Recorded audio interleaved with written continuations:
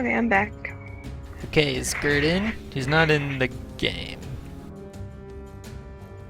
Yeah, and also, Gary, your mic and headphone is muted on the server.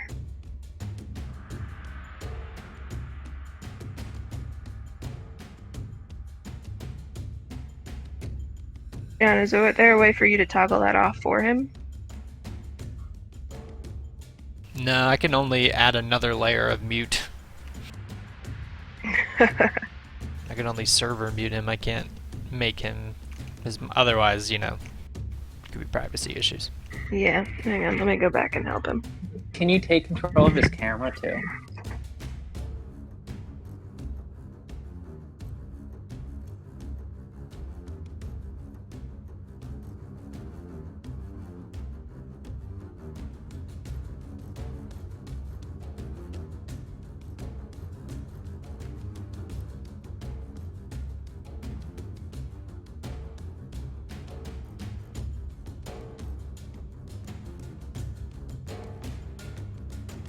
Well, since we're all kind of here, I guess I'll go back through and do a little summary.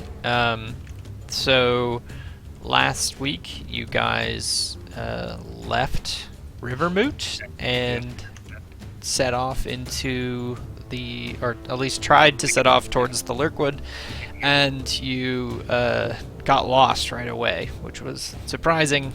Critical fail rolls all around, and basically found yourself in the marsh, and then had to work your way out. With the help of Missile, Vosner was able to guide you guys effectively into the Lurkwood, and you started making good time, now reoriented.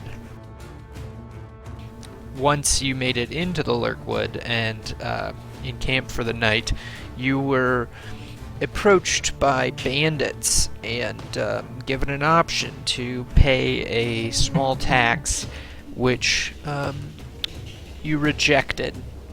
And the cost was a swift fight with the bandits of this local area, known as the Lurkwood Protection Agency.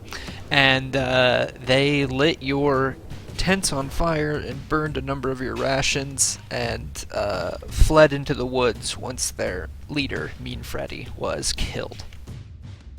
After that, you made your way through the woods closer to the barbarian lands, basically their territory, to look for a abandoned mine that they had taken over, and it was pointed out to you by Mel. And as you guys worked your way through the woods, you encountered one of their patrols up in trees, ready to ambush you. Luckily, Isolde spotted them, and you were able to begin the encounter without being jumped. And then after that, you guys made your way to the entrance of the cave, where you ambushed a lone guard standing out on a post and infiltrated their cave, which you are now in. Just for more description, the cave itself is kind of like, it's very narrow at the entrance here, but it kind of increases in height as you get into the cave. But that's kind of, the ceiling itself is sort of like a flat ceiling. There's not much of a rise to it, but as the ground kind of dips and the cave gets broader, the space gets larger. Let's see, there's a large waterfall that dips into a very large empty opening in the center of the cave. Looks like a 50-foot drop from the top of the waterfall to the bottom where the water is resting. You guys ran in and immediately started dispatching with the berserkers, destroying everything in your wake and plunging headfirst into the depths of this barbarian cave. As you moved deeper in, and as barbarians were falling by your weapons and magic, the air began to thicken with blood, and you started hearing strange, cultish noises. As you guys moved even deeper in, out of the blood mist, a creature approached Isolde and stabbed her in the back, reducing her to 0 hit points in a single attack, before seemingly fading back into the mist after avoiding Vosner's attempted sentinel attack. And that is where we pick up. You guys are in the midst of a brawl with berserkers coming at you from all sides. The cave is full of loud noises and shouts, and the air continues to get thicker and thicker with this red blood mist. And it is Gert's turn. All right. Can you guys hear me now? Yeah. Awesome. Sound good. Cool. All right. So, seeing all of that nonsense happen, Vosner and Dragon will move down one to where next to Isolde. Mm-hmm. If I could, for whatever reason, I can't control my guy. Oh, for real? Yeah, it's weird. I can target myself. Here we go. I got it. Oh, okay. I will drop my form, and I will give her, force her to drink one of the potions of greater healing that we bought, or that I have. Okay. And should I roll for that, or? Yeah, roll. You can roll the potion amount, and then remove it from your inventory, and then we will remove it, or we'll add that much hit points to Isolde. Okay. I wonder if I can just target her and do it. I don't know if that'll work, but you can try. Okay. Holy shit, it works. This game's amazing. Yeah, you do a potion of greater healing, and it heals for 14, and it brings her back to consciousness. The potion you feed her seems to like go into her mouth, which is covered in blood, as she like basically coughed up a bunch of blood before she fell unconscious. And you can see like the potion goes into her torso and is like already repairing the damage that the dagger caused into her internal organs, including her heart, which was pierced. And she wakes up prone on the ground, kind of gasping for air. And I say to her, are you alright? Take a moment if you need it. And I kind of stand over her to where I saw the assassin fade away into, with my staff ready. Okay, very cool. And that's it. Awesome. So that berserker is dead. This berserker is going to run here and then here. And then he's going to use his dash action to get closer. I don't know if this is how it's supposed to be, but none of the bad guys are on our initiative. Correct, yeah. Okay. Let me, as the turns go by, I'll unmark them slowly. So, Okay, cool. oh shit. Yeah. Okay, that works. So, this one. Oh wait, no, that's the wrong one. Yeah, okay, no, we're good. So that guy runs and dashes, and now it is Terran's turn. All right. Terran, seeing what happened to Isolde, is furious. He's gonna run right in front of Vosner. Working. There we go. And since he doesn't see anybody, he's going to just take a shot at the closest berserker with Ray of Frost. Okay. And fail. Gotcha. Yeah. We'll also say that it's a little bit tricky just because of the angle. So I know just you know we didn't really modify the roll at all, but essentially like you go to shoot him and your like Ray of Frost clips the water, like the tip of the waterfall there, and like turns it into a giant chunk of ice, which like descends into the water and falls down the waterfall. Yeah, and like right before he shot, he kind of glanced back to make sure Isolde was okay and wasn't really focusing on what he was doing. Yeah. So. This berserker is going to run forward and attack Joe off.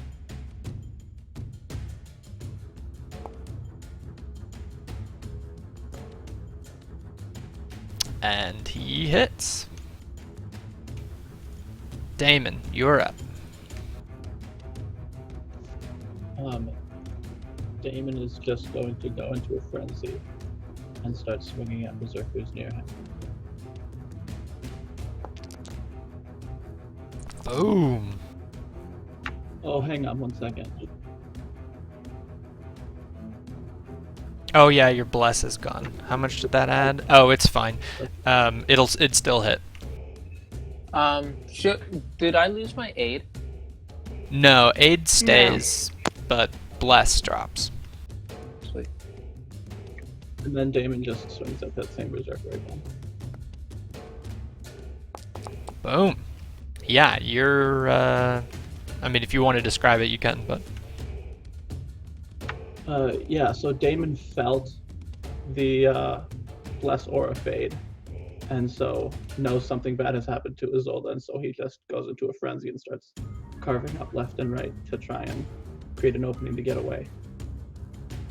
Perfect. Isolde, it is your turn. You are on the ground, and you now have 1 point of exhaustion. Oh, right.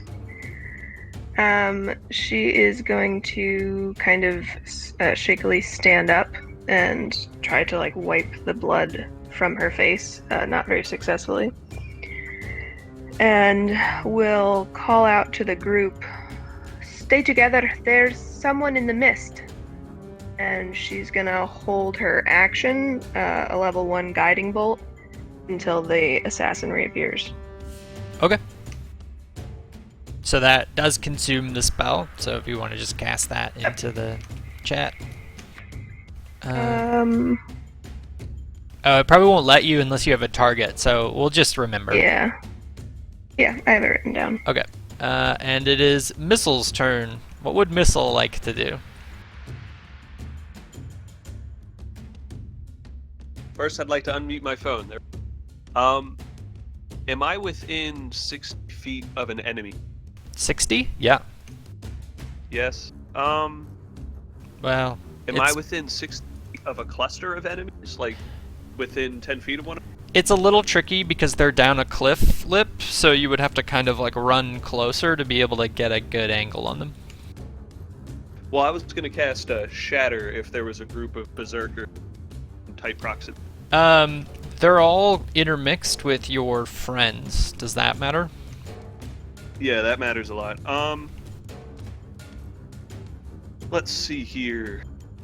Am I within 60 feet of the Blood Witch?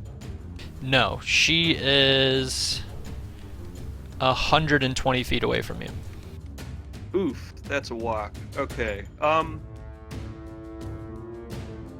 So let's just keep it simple. If I could move to the nearest, like, squad member if I'm away from anybody. Okay. And then ideally I'd like to send, I guess, another 3 Scorching Rays at the Blood Witch. Okay. With the Arcane Firearm bonus. If one Sure. Just to check on Scorching Ray. It is 120 feet. Okay, so I will move you next to Isolde on the south side of her, and then I will have you do Scorching Ray on the Blood Witch.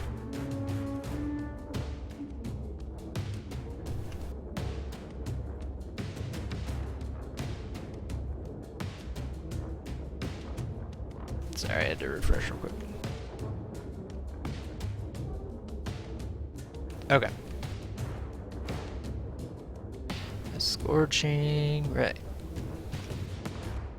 Where are you at? This is your last second level spell, by the way. Oh shit! All right. I might want to hold on to that. I thought I had two. In that case, oh, I hate to make it complicated. I'm sorry. Could we let's just do a regular old firebolt trip at the Blood Witch? You shoot all the way across the way, and the firebolt like arcs over the water and down into the cave and slams into the Blood Witch for 16 damage. And let me add the extra damage. Where is that at? Yeah, Missile reaches into his bag of holding and pulls out a lead shot. Extra. And it does an additional 1 damage. Nice. And that's hefty for a cantrip. Yeah. Buddy. Wow, you guys are level 8 now. And you rolled a 10 on one of your. Yeah. It's weird. It doesn't show up in your equipment, but whatever. Anyways, yeah, that is your turn. Unless you Is do it Morty? anything else. Oh, Morty, yeah, do Uh, you want to have Mortimer do anything?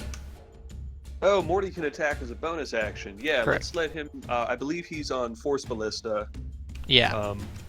Let's just send everything at the Blood Witch, the center of attention. Okay, I'll just have him be right next to you. Let's see, Force Ballista, 120 feet, okay. Force Ballista shoots across the way and crits for 20 Holy damage shit. of force damage. That's my boy. God damn, dude, that's an effective ass turn for a cantrip. Are you some kind of ranged expert? Anyways, Something like that. very well. Nicely done. Yeah, that is Missile's turn. The next person to go is this Berserker, who is attacking DeMarcus. AC's 20 right now, John. Man.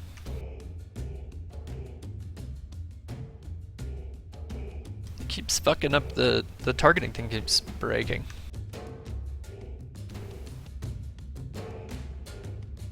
Okay, now we're good. He is going to swing.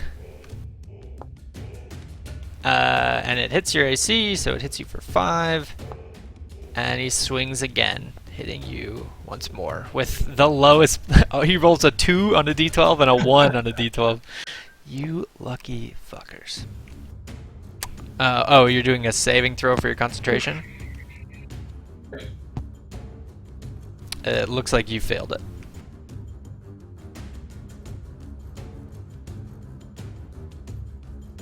Okay. Johoff, you are up.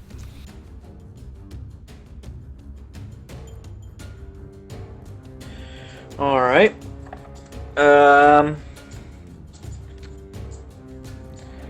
Is there any problem with me, like, flinging a dart past the Berserker in front of me to try to hit the Blood Witch? It would have a disadvantage because you're trying to make a ranged attack while engaged in melee. Yeah, not worth it. Alright, I'm just going to attack the Berserker in front of me, I think. Okay.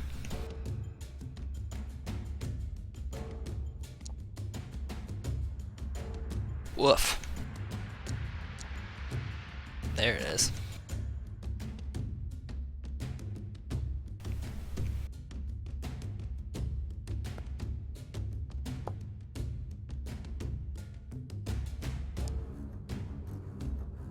Oh, and a crit. Damn.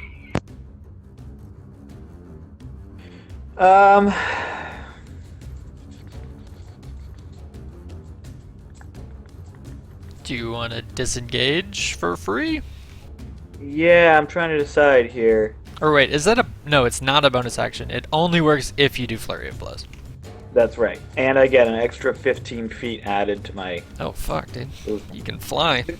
The question is there any way to get past the Berserker up on the top? Like, I know I'm disengaged, so he doesn't get an attack of opportunity, but it kind of looks like he's blocking the whole tunnel.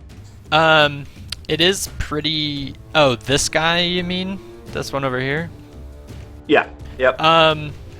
You could try to make an acrobatics check to, like, zip past him on the corner there. I'd allow that. But he's trying to block the way, so... But you're also slippery. Real slippery. Alright, so let's see here. If I move down here, that's 5.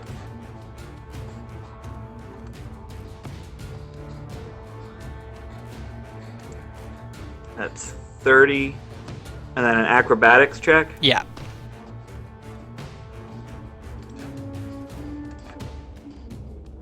Yeah, that'll be enough. So what am I at? 30 now.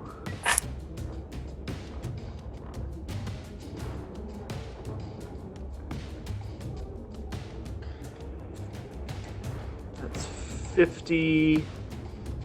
Let's see, I have a total of 60, so I'll go right there. Holy shit. You fucking, like, dodge between the berserkers, punching him as you go, uppercutting one so hard that he almost passes out, and then you sprint on the, like, lip of this crevasse, which falls down like 50 feet, and as you're running, you jump, like, over the ledge here to get past the berserker and run straight up to the Blood Witch, stopping just in front of her. That's dope. I fully recognize this is in direct opposition to Izola's orders, but I don't like magic casters very much, especially not when they scream like both old women and children. So, Oh, you remembered. Oh, nice. It's always nice to know that your descriptions continue. Like, people pay Oh, attention. this yeah. is thoroughly triggered right now. Yeah, good. Okay. so is it nice to know that your descriptions were remembered, like as in, it's like a inspiration point? Nice to know. Ooh, no. Ooh. Though maybe after all this, you'll get some inspiration. This is a crazy ass fight. Damon, is your AC increased right now, or is you just had a turn, so you haven't used shield this round yet? That's correct. Okay, so this guy's swinging. Doesn't matter, you can't hit for shit. Anyways, he comes up and gives 2 swangs and a miss. I will un-invisible his thing in the tracker. So as they have turns, I'm gonna un-invisible them. This berserker is dead, but now you can see where he's at in the turn. And DeMarcus, you are up. Yeah, so I actually just looked. I swear that we had it set up this way. I don't know how long it's been like this, but I'm not getting +3 on my saving throws. So really quick before we do anything, my Constitution save was actually a 12. Would that have preserved my Constitution? Yep, that's Or fine. my Yeah, it should, because you didn't take cool. enough damage. Alright. Yeah, And I'll keep an eye on it. Don't worry about it. I'm keeping an eye on it for everybody else. I just thought that it counted for me for some reason. I swear we had. No, it does. It does. I'll just fix it while you're doing your turn. I will fix it. Okay, cool. All right. So let's see. I'm going to attack the berserker that Damon's been hitting.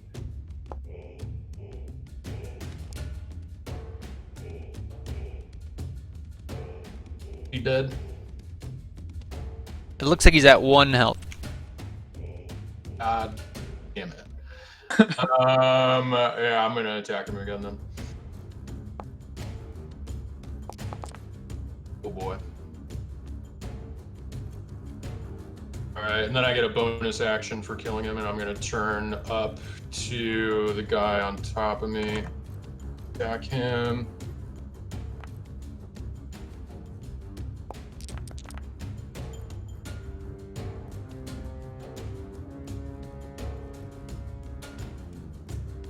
And let's see, that'll be my turn.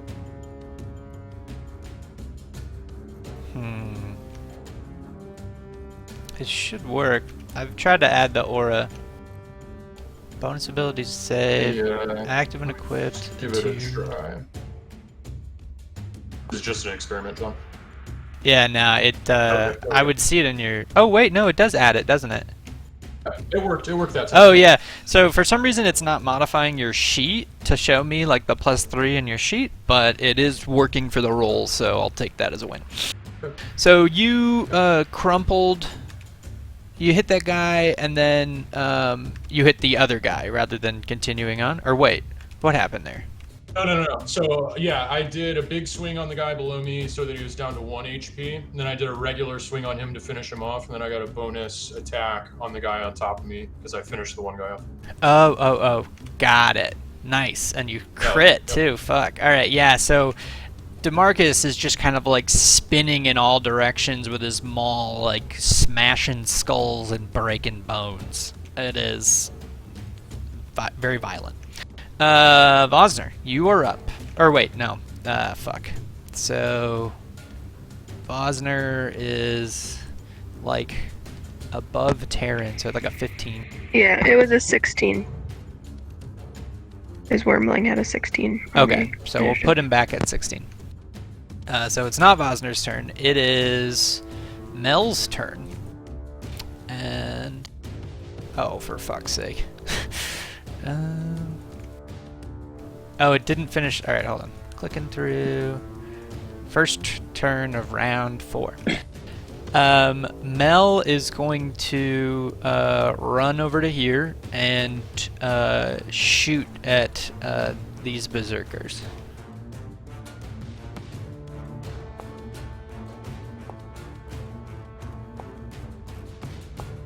And he puts 2 arrows into the back of this berserker that's on top of Damon. And he yells out, "Be careful! Her magic is terrifying." I don't know. Something about being careful. This berserker is going to go and turn and chase after Johoff and attack him with a great axe. And attack him again. And the second hit misses. John, I'm going to use that my tipsy sway so that his missed attack hits the Blood Witch. Do you think it's the range works on that? How far away did they have to be? Because it seems like he would have to have reach to hit her, you know what I'm saying?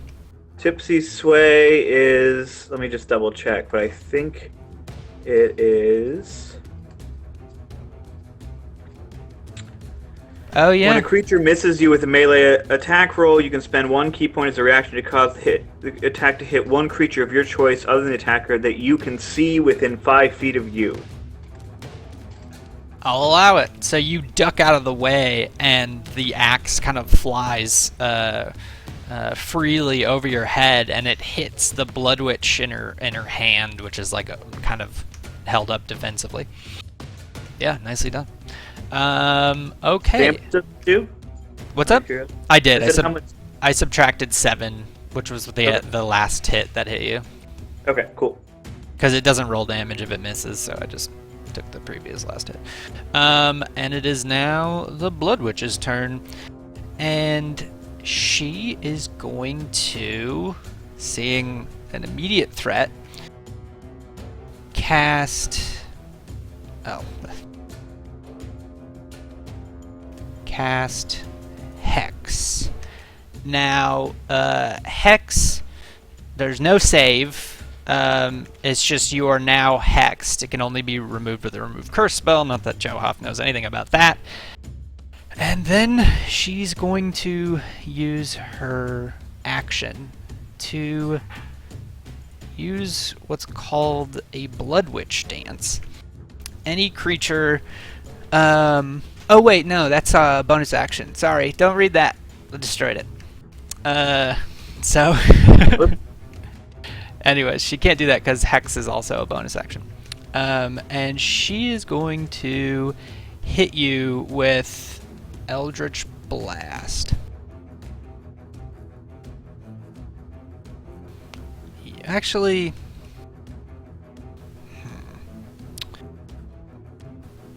she is going to hex you or cast this curse on you, and then she's going to cut her own arm. And she's sorry. Back it up. When she casts hex on you, the blood that's kind of hanging in the air now, that's like a thick mist over here, like shoots into Joe Hoff's open orifices, including his eyes, ears, and mouth, and like he's coughing as like the blood enters his body, and he is now let's see, what saving throw? He is now has disadvantage on all charisma saving throws. Okay? But I was so charismatic before. I know. So much for that. And she is going to cut deep into her arm, and the blood is going to like pour out like insane amounts, way more than should be in a normal arm, like gallons just pour out onto the floor. And then she, with her other arm, lifts that blood into the air and hurls it like a bomb into the group. Out of curiosity, did that hurt her to do that? Did it, like, take damage? Yeah. I'm gonna reduce the damage depending on what she rolls, or increase Cool. the damage. And this is who it hits. Let's see.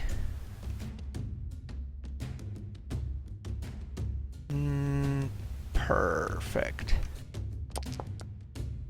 Oh shit. Okay, so I'm gonna have to do a lot of math here to undo some things. Damon gets +3 on his saves. Yeah, no. There's gonna be a lot of going back. So here's what I'll describe. Basically what happens is she hurls this glob of blood into the center of the room, and it explodes in this thick mist that as it hits your skin feels like it pulls your own blood out of you, and you like throw up blood onto the ground. And all of her berserkers all of a sudden like seem to be healed or regenerated by this. So here's what's happening. All of the blood guard are going to be healed. Where's this guy? I can't see him.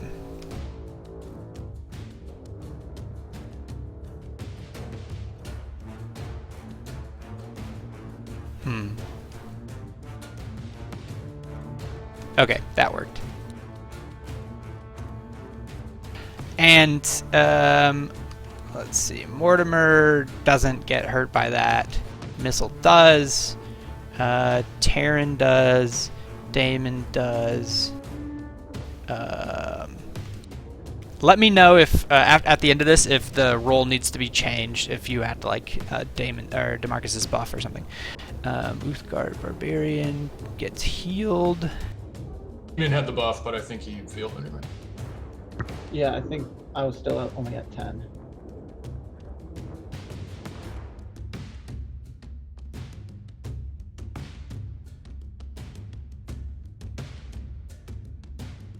Okay.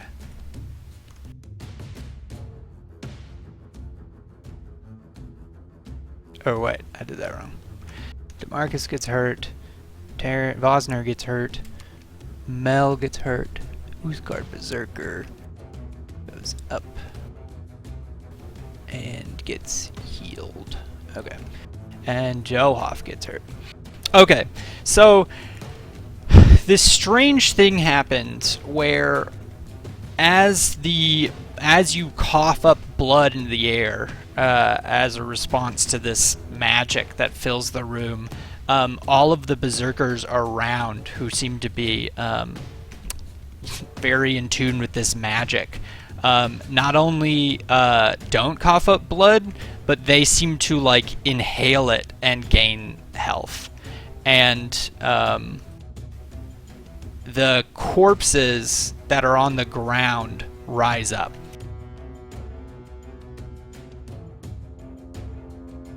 For God. game mechanic reasons, they only have one hit point currently, so they're not like full health. So it'll look like they're basically dead, but they're alive.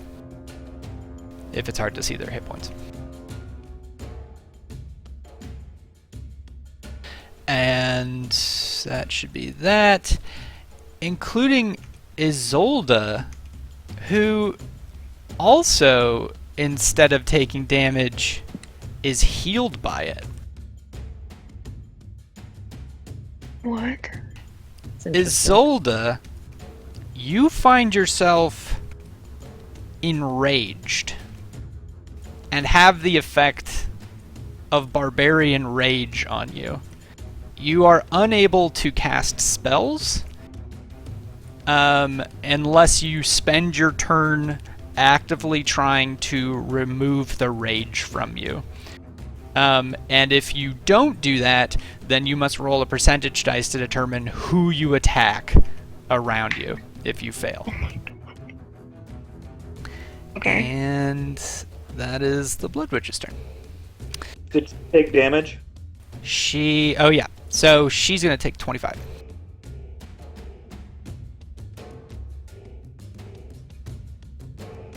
Berserker, he's dead. He didn't get resurrected. And now, out of the mist comes the Bloodguard, who is going to... I assume my held spell does not go off since I'm enraged, Correct. so it's wasted. And she's going to sneak attack on Terran. Yep, that's gonna hit. And that already has the sneak attack built into it, I believe. Yeah, that's the 46. Yeah. And so out of the mist, she strikes into Terran, and then she runs back. Does she run back into that little room? Mm-hmm. As far as you can tell. She like fades into the mist back in there. And that is her turn. Vosner, you are up. Okay. Seeing all of that happen, Vosner knows that he's got to wild shape, but he needs to control the battlefield a little bit better than he's been doing. So he is going to cast... No. Oh, for the record, there is a berserker that stood up after that spell, who was previously dead. So you saw behind you because you have very high passive perception. The berserkers stand up. Yeah. Okay. Let's see. I'm gonna see what this is for a second. Instantaneous. See within range. I'm going to, not wanting that to happen again. I'm going to. Could I target the Blood Witch from here and cast a spell? Depends on the range of the spell. I don't know what the range of Blight is. Light? The cantrip light? No, Blight. Oh, blight. I think it's 30. Is it 30 feet? Yeah, it's not much. Yeah, this much. It doesn't say how far it is, but I guess I'll since you've used it before, I'll. Well, I think that's just what my I'll look it up real quick. Yeah, feel But free to that was Google what it. was listed. Some of the spells in your spellbooks are not like fully detailed because like maybe I put them in your spellbook before they had updated all the compendium stuff. It might be in the compendium in this game already. I just looked it up in the player handbook, and it's 30. So that's Okay. right. Okay. Well, I won't use light on her then. What do I have? Yeah, it does say 30. Kinda, that changes everything. And I don't have my other spells up.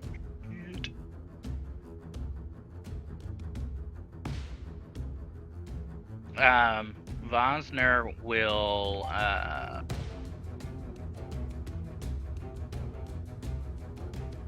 I guess use blight on, is it 30 feet he said?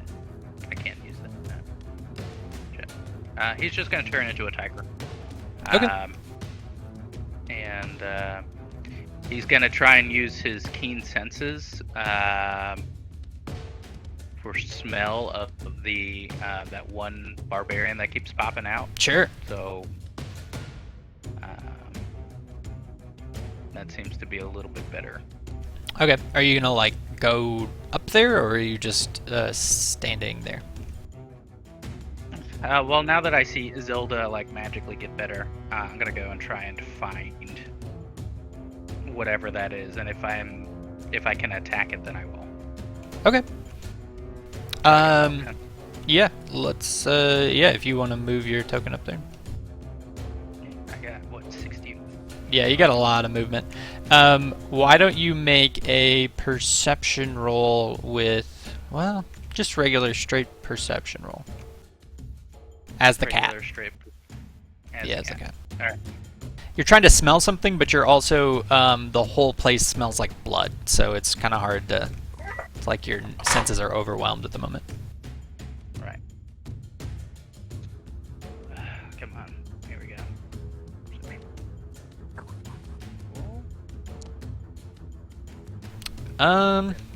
Yeah, you come up, I'm guessing you go up that way. Yeah, I don't know if you want to move your token wherever you want to move her.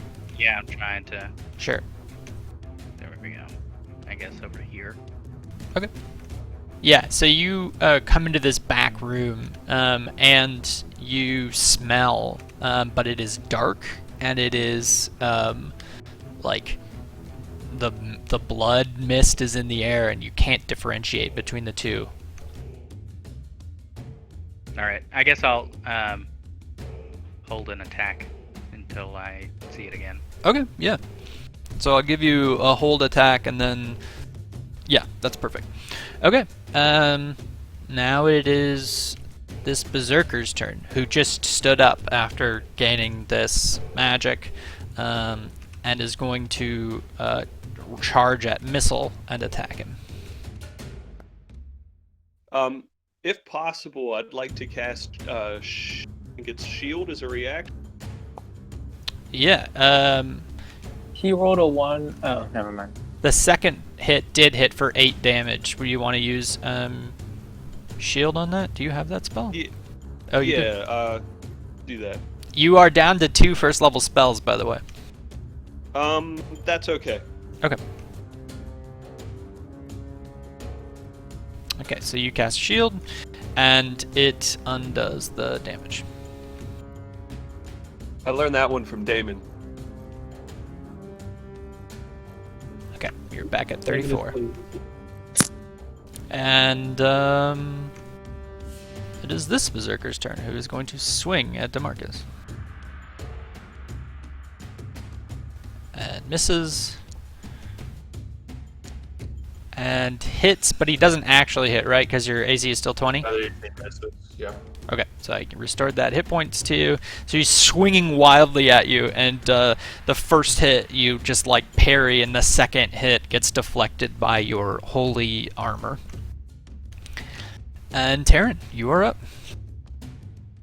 Alright, so Taryn's gonna move up a couple, and then not seeing the Blood Witch, he's kind of like punched over his wound. I'll turn around and just launch a chromatic orb, a twin chromatic orb, one at the Berserker and one at the Blood Witch. I think I can do that. Okay, yeah. Is what's range on chromatic orb? Double One- check. I remember it was long. It was- Yeah, I think it's 120. Oh, it's not listed on the compendium, but wait. I will. 90. Oh. Yeah, you I can. might have to move somewhere. Yeah, you might have to move one more square to get 90. There we go. Alright. So him and her. Those. Orb. Oh, you untargeted that berserker that you had targeted before. Oh, oops. There you go. And chromatic orb. Yeah, you hurl the. Oh, it did healing though. Oh, I will fix that. Is 14? It's the Blood Witch? Oh yeah, she has a low AC. Okay. Yeah, perfect. So let me remove 38 from each one. Sweet. So just kind of hunched over the fresh stab wound, he kind of like points out his wand and like makes ice out of like the air and like the blood dripping from him and just launches it at the two people. Yeah, nice. So you, it's almost it's almost like you're like no scoping, shooting the berserker behind you, and it like just blows him out of like the water, and he goes like flying backwards, and the other orb flies across the room and smashes into the Blood Witch, who lets out a wail, which is sounds like the voices of numerous people. Is that your turn? That is my turn. Okay. It is this berserker's turn, who is going to swing at Damon. Hey John, does the Hey. Blood Witch make a concentration check? On what? The hex?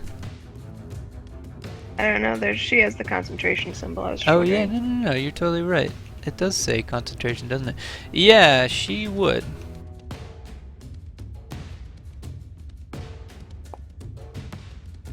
And she succeeds. Good eye. This motherfucker won't let me target.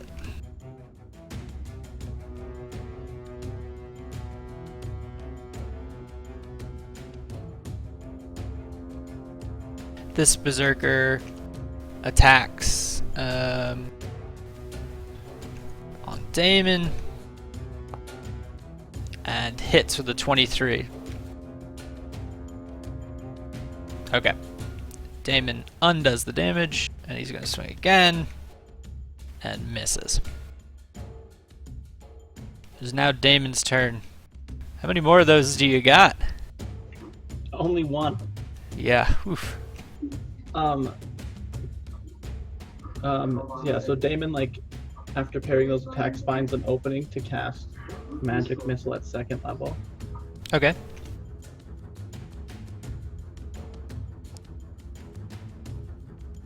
Yeah. You were you targeting at different targets? Smart.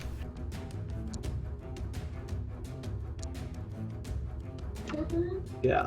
Yeah. So he launches these 4 bolts of magical energy that arc up, and like 2 basically come straight back down, and 2 fly across the chasm. And Sweet. then he swings at one of the berserkers. Okay.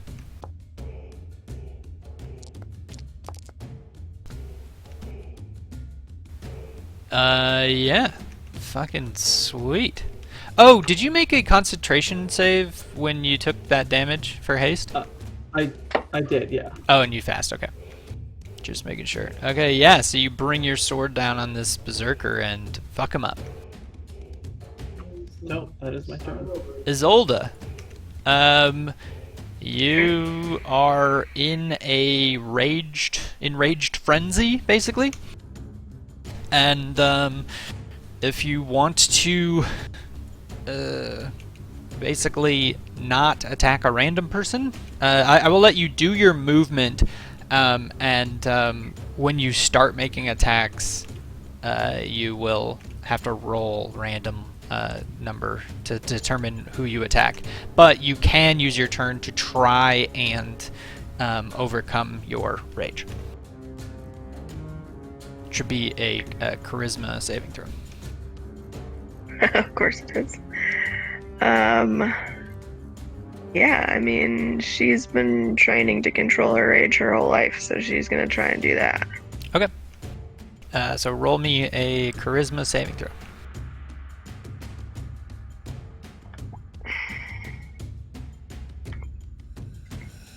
Saving throw.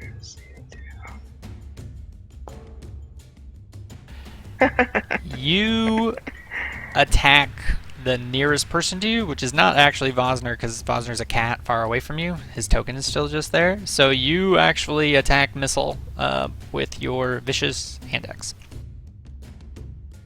Alright, doing it. This is why I kept that extra spell slot. But didn't Missile recently use shield? Yeah, he should have shield up. So you... Oh, does that last more than one turn? Yeah, it lasts for the whole round. holy. So that actually is enough to deflect it. Thank God. So Zolda turns and swings in a rage at Missile, who's not paying attention to it, and it like deflects off his arcane barrier that he put up around him. How does Missile respond? Yeah, Missile has been very distracted. My power came back on, by the way, so I'm on the computer. Yay! Yay, rejoice. Missile had been very distracted by the fluid physics of the blood and the atmospheric, pressure differentials, moving all of this blood around into our nostrils. And so he'd been kind of distracted by how the Blood Witch is making all the blood move like that, because it's crazy. So he was kind of taken out of that by the Berserker attacking him, but he hasn't really noticed Isolde attacking him. I think he just assumed it was a Berserker. And so let's use... Could I use an action to switch Mortimer to Flamethrower and then use the bonus action to have Morty... Oh wait, those Berserkers are dead already, or are they not? Yeah, those two behind you are dead. They are dead, okay. Yeah. In that case... And re-dead. The skull means dead. Oh yeah, got it. Doi. I remember you saying something about them having 1 health, but that was my bad. In that case, let's just continue the barrage in good form at the Blood Witch with the old... Where are you? Firebolt.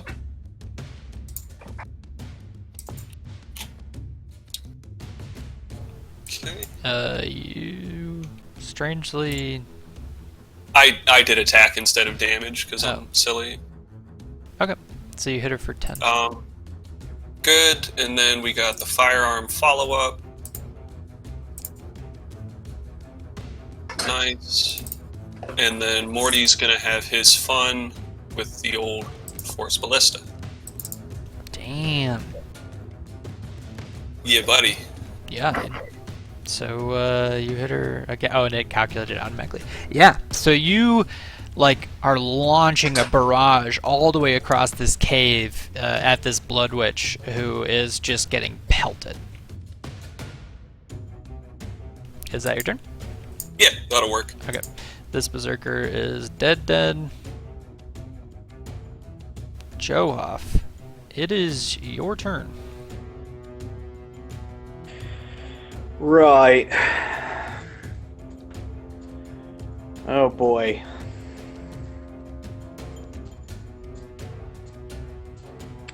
Fuck it. Gonna attack her. Okay.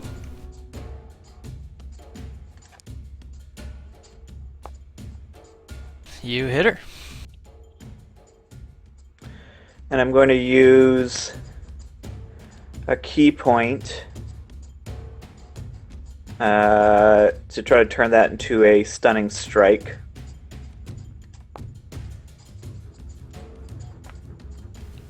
Okay. And she fails and is stunned. So that means any further attacks on her are all with advantage, right? Or- Yeah, that sounds right. Is it that or they automatically hit? I can't remember. Hang on. I should check. Because one of those is obviously better than the other. No, I think it's paralysis that lets him Got it No, here. it's at Stunned the... creatures incapacitated. Move can only speak falteringly. The creature automatically fails strength and dex saves. Attack rolls against the creature have advantage. Okay, advantage. Alright. I'm going to use my second attack on her. Oh, shoot. It didn't do it with advantage. That's fine, it hits anyways. Whatever. And then Flurry of Blows. You can't do flurry and stunning strike, can you? Because both are bonus action? Yep. No, Stunning Strike's not a bonus action. It's just if you hit, you can use it. Oh. Okay.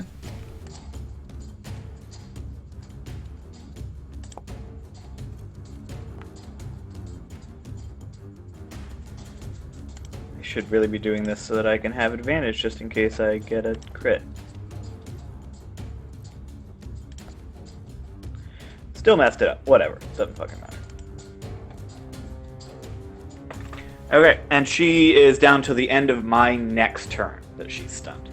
Yeah. That's it for me. Holy shit. Johoff, at like the edge of the precipice, I don't know, with nothing left in the tank, beats the shit out of the Blood Witch, putting her at 4 hit points and stunned. It is this Berserker's turn, who's going to attack Damon. Oh, and a crit comes in, slamming into Damon's exterior, bringing him down to 10 hit points. Second swing. Critical fail. Balance in all things. Yeah, so this Berserker is just wailing at you. This kind of blood magic in the air is empowering his strikes, and just he's bringing them down harder and harder and harder. And you're starting to like wear at the like metal arm that you're like holding up to like block his attacks, and so it breaks through your carapace finally. Blah blah blah. Wait, what just happened? Oh, Constitution. Yeah, so you pass that. This Berserker is dead. DeMarcus, you are up. Alright, there's a lot of bodies around, and they're standing up, and then they're falling down again, and I think DeMarcus is pretty much going to be solely interested in continuing to swing at them. So I'm going to attack this guy. Yeah, you hit him. And I'll attack him again. Yeah, he is not looking good. And I'm going to put a small smite on it, first level. Oh, nice. Yeah, that is enough to kill him. That gives me a bonus attack at the end of my turn as a bonus action. So let's see. I think I would just move down right next to this guy here. Or would I? I don't know. Maybe I wouldn't. Let's see. What would DeMarcus do? He drops that guy. Bodies all around him. 2 guys on Damon. Shit. Damon is looking messed up. He is looking very messed up. Yeah, I think DeMarcus would probably just still be in that zone. So yeah, I'm gonna just move down here and attack this guy.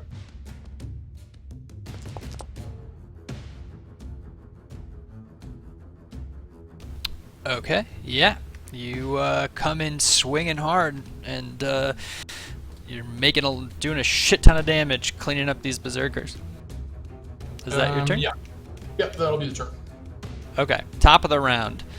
Mel sees what's happening and shoots into these Berserkers while moving to this lower level.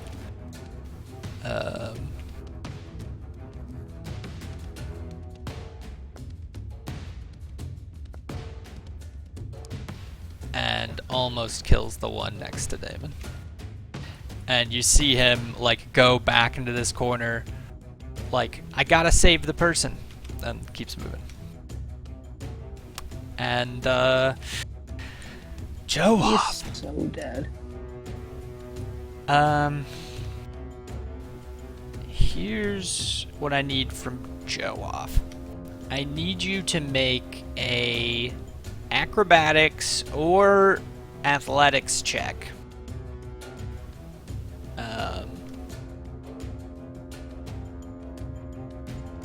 Aye. Would you roll it into the chat for me?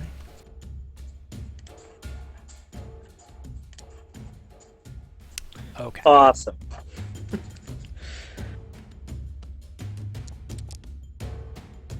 Oh!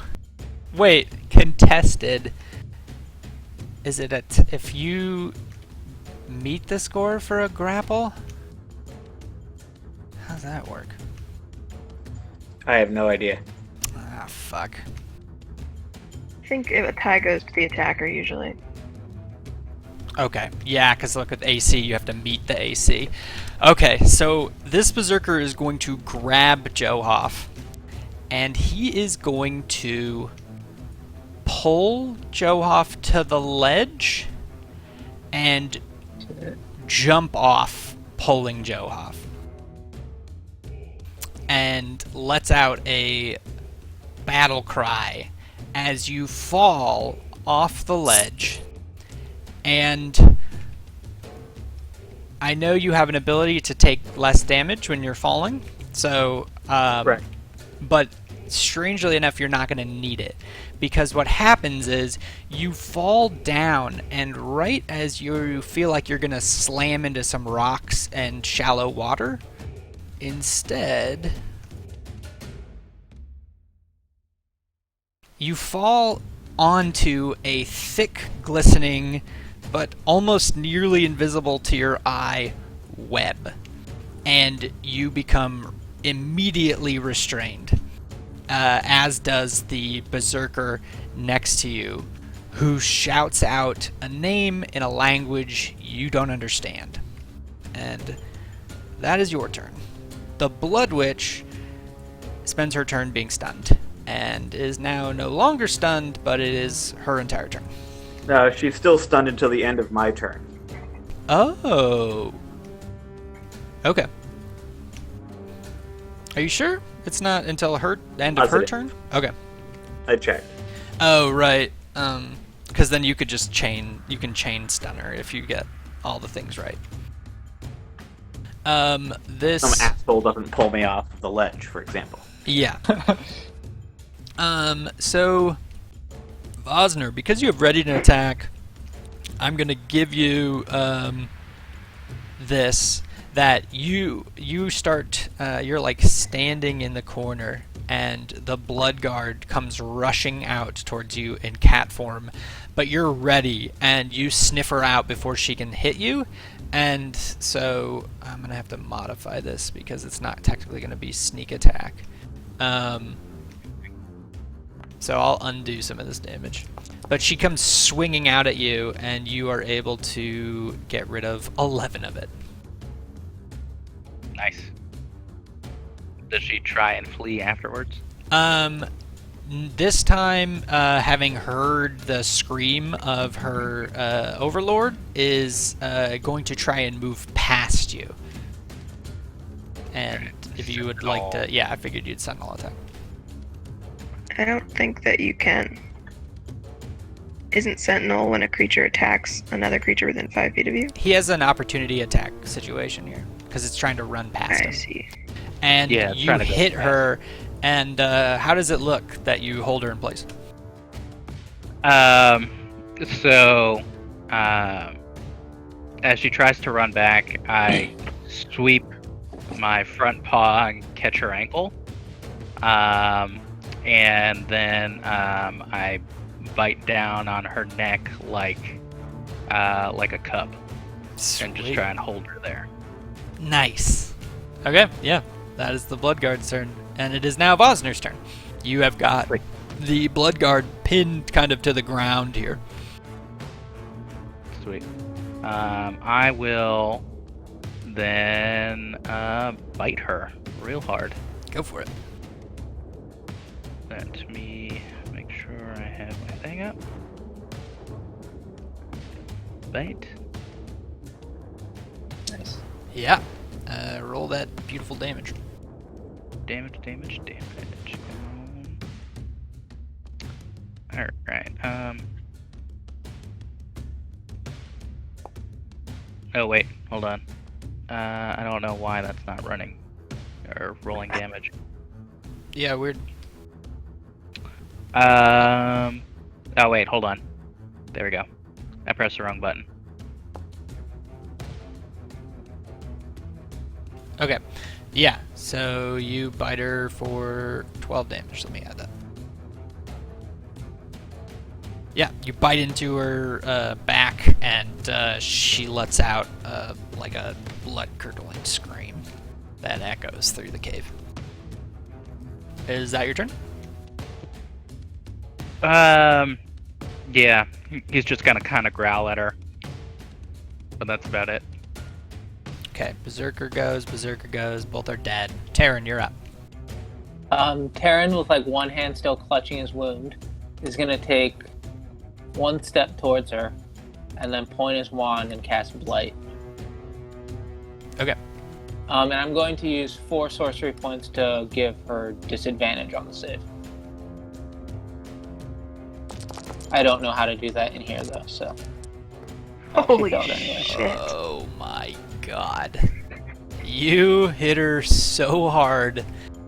Well, describe what happens to her. The same like familiar filament of just black, like inky black power, just rests like on her face and like drags itself down her like neck and chest, just like dissolving as it goes. Christ. Yeah, you almost one-shot her. Alright. She is dead. Vosner, Terran, Berserker. Okay. This Berserker is, well, now going to attack DeMarcus.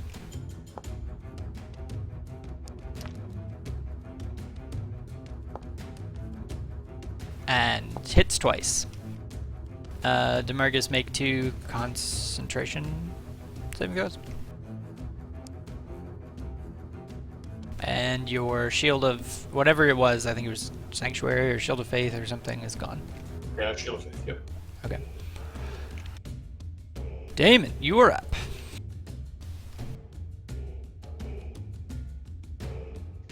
Is drinking a potion, is that a bonus action? Yeah, we've, well, okay. So the way it works in our campaign is you can drink a potion as an action, but you can also take the dodge, disengage, or hide action along with it. So it is an action, but it's not like you have to just stand there. Okay, yeah, I'm gonna drink this potion and take the disengage action. Okay. And where are you moving?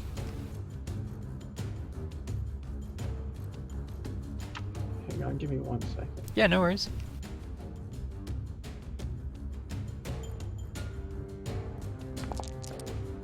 God damn, I love this system so much. Yeah, and now Damon's just gonna disengage from. Oh man. No, he's gonna swing at one first.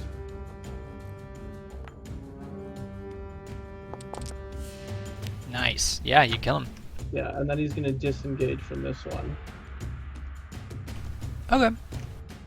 Because of your haste, I'll allow the kind of weird antics. Okay. Oh shit, are you moving that far? Holy fuck.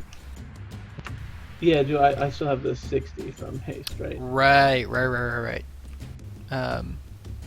Wait, But I believe like. did you fail that? between the potions. I forgot. When you... Oh, so you haven't failed your concentration check, right? Correct. Just DeMarcus did. Okay, yeah, I was getting that mixed up. Okay, yeah. Although I believe that like with the attack, the potion, and the disengage, that's both like both actions I can take now. Correct, yeah. That is my turn. Okay, Isolde, you are up. Make a charisma saving throw with advantage. With advantage.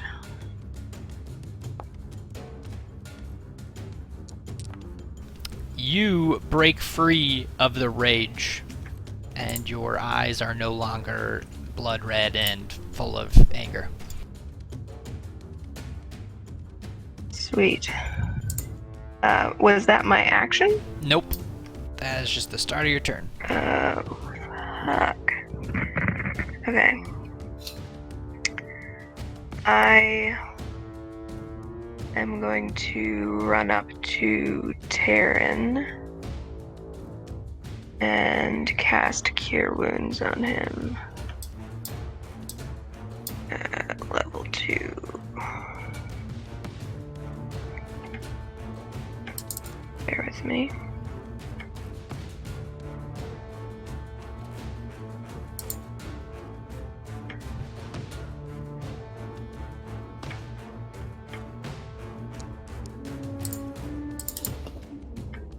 And that should be plus an additional 4. And then I also get a kickback of 4. I'll add that on mine. Nice. And then I'll finish the rest of my movement and end here. Okay. And that's it. Missile, you are up. All right. Dang. Is the Blood Witch is still standing, correct? Yeah. Stunned and at 4 hit points. Oh boy, that should be an easy shot. So let's just do what we do. Grab a shot from the bag of holding, load her into the firearm, and let's pelt that witch. Bang. You do. And it brings her down. But wait, there's more. Missile kind of nods his head in a sense of self-satisfaction, but there's a twinge of disappointment in his face because she'll never be able to explain to him how it was she manipulated the atmospheric pressure like that. But Morty, seeing this berserker engaging with DeMarcus, is gonna shoot him. Nice. And he moves 5 feet back. I don't know if that means he tumbles into DeMarcus or what, but Oh. Yeah. So, wait. You shot him with the Force Ballista. He went 5 feet back from there? oh, that'll work. Yeah. I'm gonna... Because that's kind of on the edge there, I'm gonna make a acrobatics roll to see if he falls in. Yeah, dude.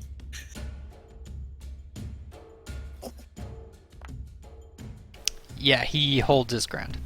Damn. But, it's that scene where, his foot goes up to the edge and rocks fall off into the water. Could I use a flash of genius and blow very hard in that direction to That's create not a- how geniuses work.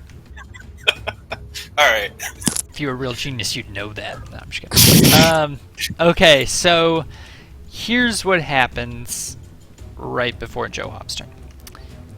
He falls into this web, which now that he's in, he can feel it, and it's restraining him all around.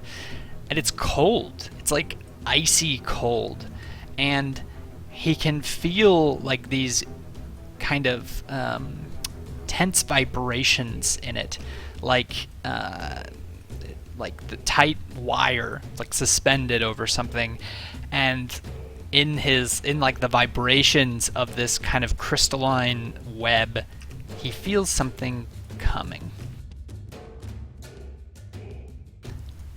out of the dark area in the back of the cave. A large spider, having felt for the first time an intense sensation in the corners of its web, rushes out and descends, jumping into its web to attack its prey. And I'm going to roll a d20 And on a 1 through 10, it'll attack Johoff. On a 11 through 20, it will attack the Berserker. It attacks the Berserker. Huh.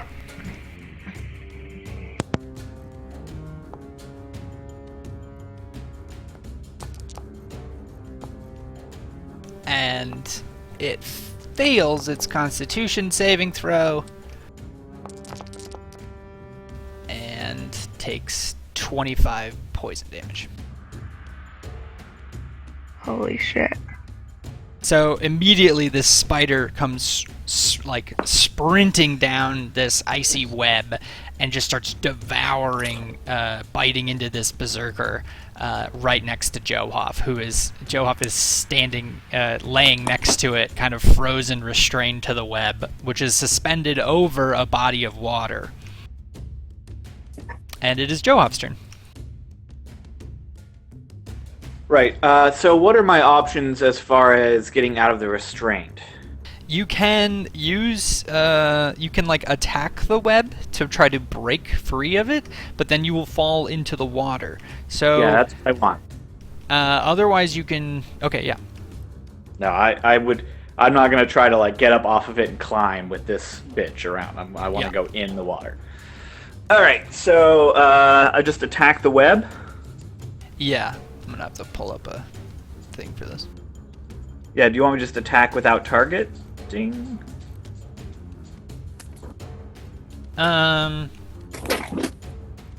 me a moment. I'm gonna have to figure out what the AC and hit points of this web would be. Okay. I'll start working on my eulogy. Your second character? Yeah. Or like sixth character at this point, Tim. I You do could always propose reprise them. Pickanip. I feel like there's something there, you know? Automatically fails every stealth roll. 'Cause it's just But you're all just decked out in like legendary items. Okay. Dancing. The dancing. We need somebody that can dance. He is a fine dancer, that is true. Oh, yeah. Okay, where's the web? Okay. Okay, it's not super high. It's a strength check to break from the web. Alternatively, you can attack, but it is, because it's ice, I'm going to say it's immune to, well, you do have magic hands. Yeah, I'll say you can either try to rip it apart or try to punch your way through it. But there are multiple layers of it, so I'm just gonna lay it out. Like you're looking at like you're in a bed of it, but like it's not. It's gonna be like you got to dig your way through the spider web to get free of it, if that makes sense. And that's true of either strength checks or... Or yeah. Either okay. athletics or like strength your way through it, or you attack your way through it. Okay, I guess I'll just do my attack rolls, maybe? I don't have a super high strength. Yeah. Necessarily. Do I target anything or just roll general? Just roll general. Roll your attack, I guess. Oh, it's telling me I can't unless Yeah, I target just a roll token. a d20, and I'm gonna say that here's how we're gonna play it.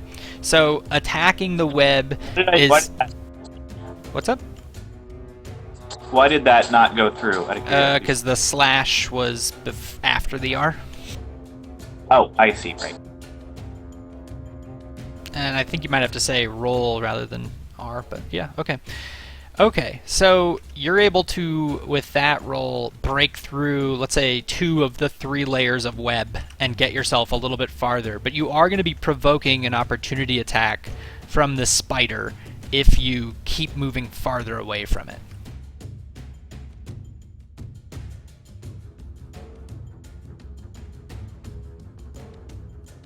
Okay. but in theory, it would be like if I hit it again, I would fall and I would get an attack of opportunity as I fell. Yeah. I just don't know that I've got another option. If I don't do it, he'll finish that other guy off and turn to me. Yeah, So- alternatively, you could try to break free from the restraint and disengage and climb difficult terrain web and get out. And like And that won't provoke one, because wouldn't I still have to go away from him? disengage would be different Oh, than attacking. right.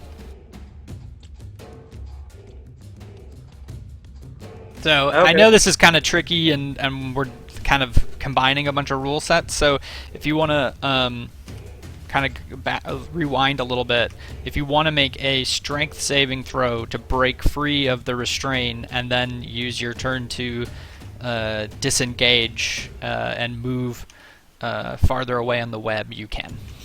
We'll give it a try then, yeah. Just a straight roll on a saving throw or Strength. ability check? Strength ability check. Okay. You are unable to free yourself from the restraints.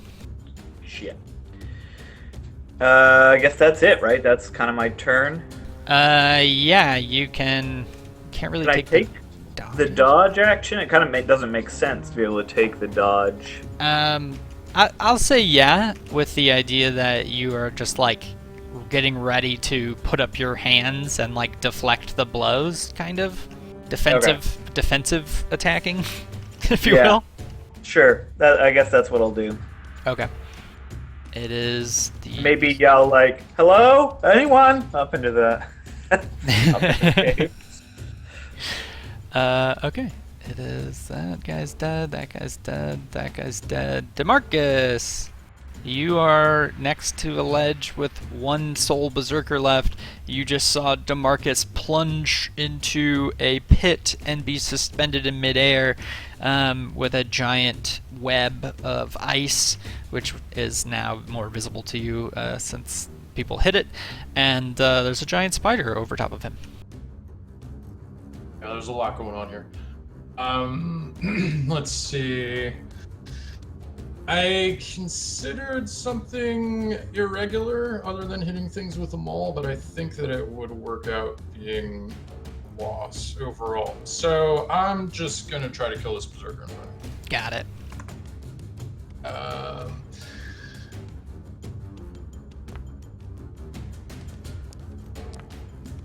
Yep.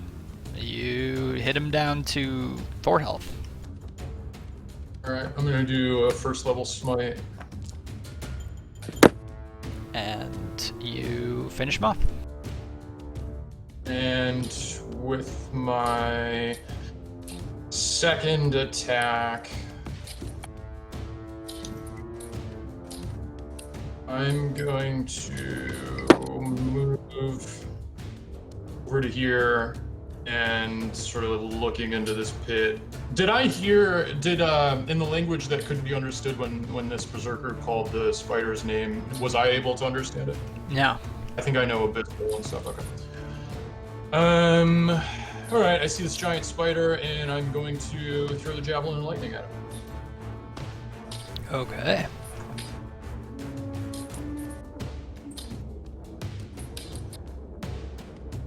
Okay. Roll. Gonna do a ranged attack.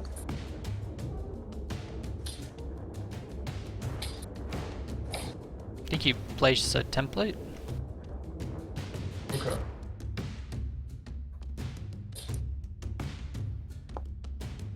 Oh, I see.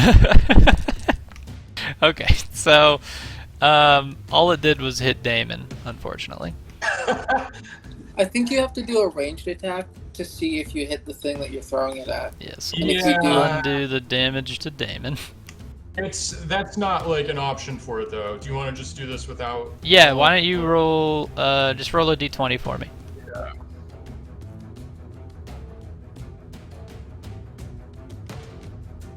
You miss, and then what happens? Let's see. I am proficient with the javelin, we decided, right? Yeah, but 4 plus 7 is still going to be not enough to beat the AC of this spider. I think how it's supposed to work is if you hit, then it takes all the lightning damage and all of the piercing damage from being hit by a javelin. Okay. But if it doesn't, let's see. Can I take? So I don't know. I guess I would be in my explorer's pack, getting the rope out to try to hand it to Jovoff, and I just like scream Izzy's name. Okay. Top of the round. Mel shouts out that he can't open the gate, that there's like a lock that he can't pick, and that he needs help. And then he runs to the ledge here, seeing the situation, and starts shooting at the spider. And he is going to use... And he speaks into his bow in Elvish, and shoots the spider. And shoots it again.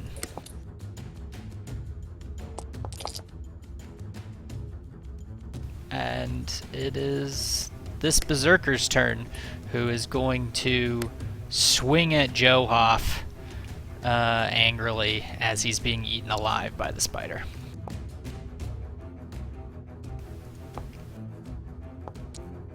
And he knocks Jovoff unconscious. Oh wait, you've got dodge action. Let me roll that again. Can't target. Got it. And he misses Jovoff. So he's swinging at you, and you're just like smacking his arms so that the axe can't get like a good hit on you. But you are still restrained. Yeah. Okay. The Blood Witch is dead.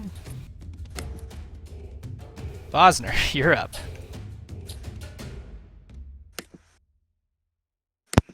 That came up much faster than I was expecting. I know, that's half the turn order, or half the people in the turn are dead. Yeah, that's true. Alright. I got, what? How many feet of movement? 40 feet or 60 feet? 40.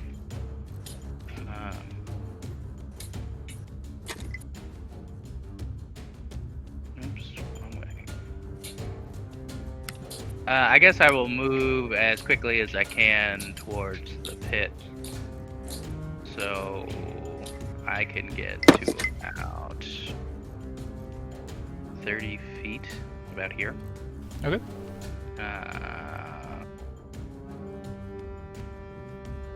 Alright, all those guys are dead. Alright, I guess I can double move, right? Yeah. Your movement's 40 as a cat. Yeah.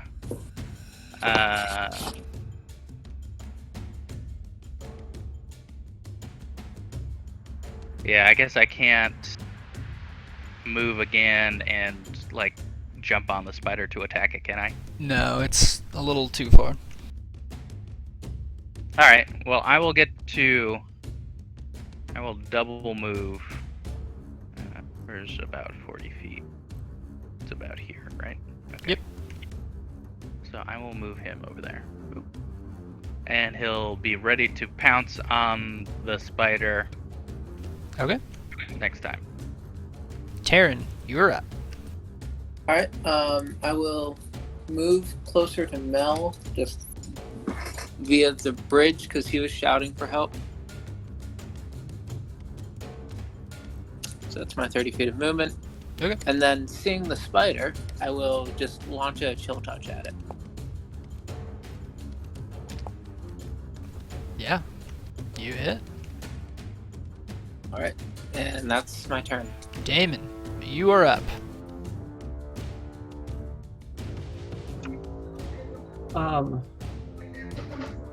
Can I like see the web and like tell its composition or anything from the top of the ledge? You can tell it's made of ice and spider silk. Okay. And is like if I tried to like control my descent down like along the ledge, It's a pretty steep drop. It's like 50 feet down to the web. Okay. Because if I like just jump down there, I'll just be restrained by the web. Is that accurate? But I can't hit the spider from not inside the chasm. You could shoot down at it. I'd allow that. But you can't melee it from not inside it, yeah. Okay. Can I, like, jump in, like, swinging at the webs with my flaming sword to see if they would just, like, carve through it? Yeah, I mean, you could jump and make an attack at the webs. I am gonna say, I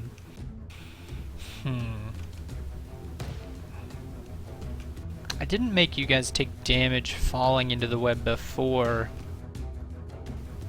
but maybe dropping 50 feet onto icy web would still be kind of damaging. I don't know. It's hard to say. It would depend on how you do it. You could do like an athletics check to try to like land, or acrobatics to land elegantly or something. But it's going to be a pretty complicated maneuver to do that and attack. Oh, okay. Not to belabor this point, but if I like were to walk over to the edge, could I use Misty Step to like get down onto the webs in like a controlled way to keep my... If Misty Step is 30 feet? Yeah.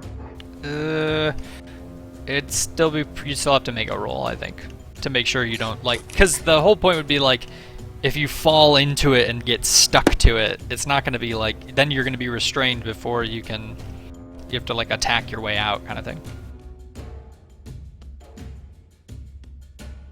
So if you want to fall down into the webs and try to attack the webs, I guess I'll allow it, but it's depending on how you roll for it. I'm going to maybe make you take damage from the fall.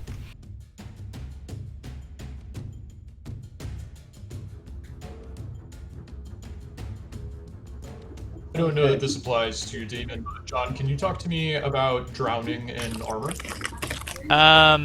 Damon can't drown, but you guys can drown in water. I think the rule is it's like your constitution modifier is the number of minutes or something, which seems actually pretty excessive. But also remember that you are in a very cold climate and that the water here might be near freezing. Okay.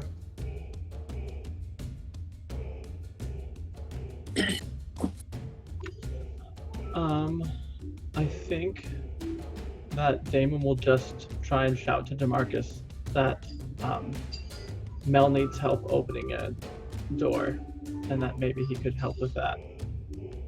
And then I'm going to jump in and attack the webs. Okay. So make me an athletics check to see how well you stick the landing. Yeah. So you like jump off the ledge and kind of like trampoline almost off the webs. I'm still gonna have you take 2d6 damage of frost damage because of the web. But yeah, you are down on the web now. I don't exactly know where you wanted to jump. But yeah. Well, I wanted to jump wherever I would best be able to try and maybe free and or otherwise defend Joha. Yeah, okay, so you can jump next to him here and essentially pull the attention of the spider. Okay, so so should I now use like my other move to attack the spider, or am I able to like cut Joha free and like pull him back a space or whatever? I'm gonna say jumping into the webs automatically restrained you, so you're gonna have to cut yourself free in order, or like pull the web off of you in order to unrestrain yourself, and then pulling him through difficult terrain would be it'd be very difficult, but you could there's some options there. So you'd have to unrestrain yourself first. So that's a athletics like a check. strength check? Or no, it's a strength check.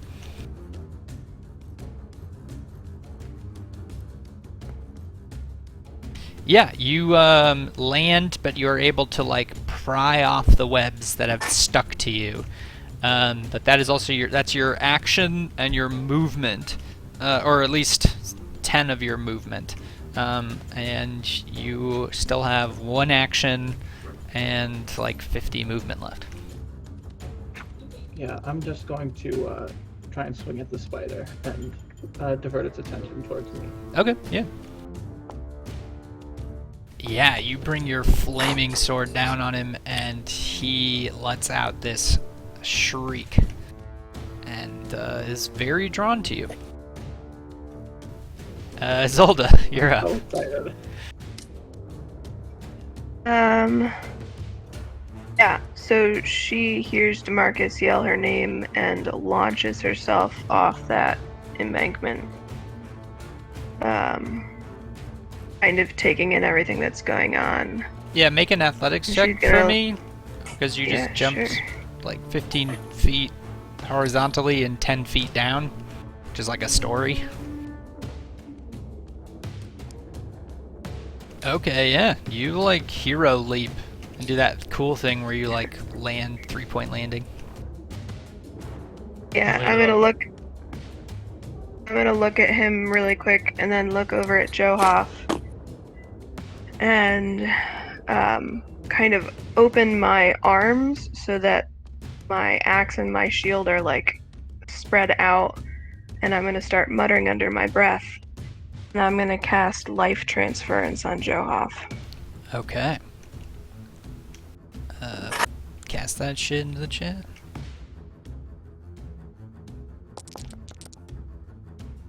Okay. How does that look? So a kind of dark cloud of necrotic energy starts surrounding her body, and she's already covered in blood. Every inch of exposed skin is just blossoming bruises and lacerations as this energy eats into her. And across the room, Johoff regains, what is it, like 42 health. Okay. Should I just add? Oh, you did. On it. Joe is grateful, but he also screams, "Oh, what the fuck!" while it's happening. Oh shit. He technically had disadvantage on What? that athletics check. I did? Yeah, because Oh, you have another 1 point of exhaustion. Can you roll it for me again, real quick? Okay, perfect. Still stick the landing. No problem.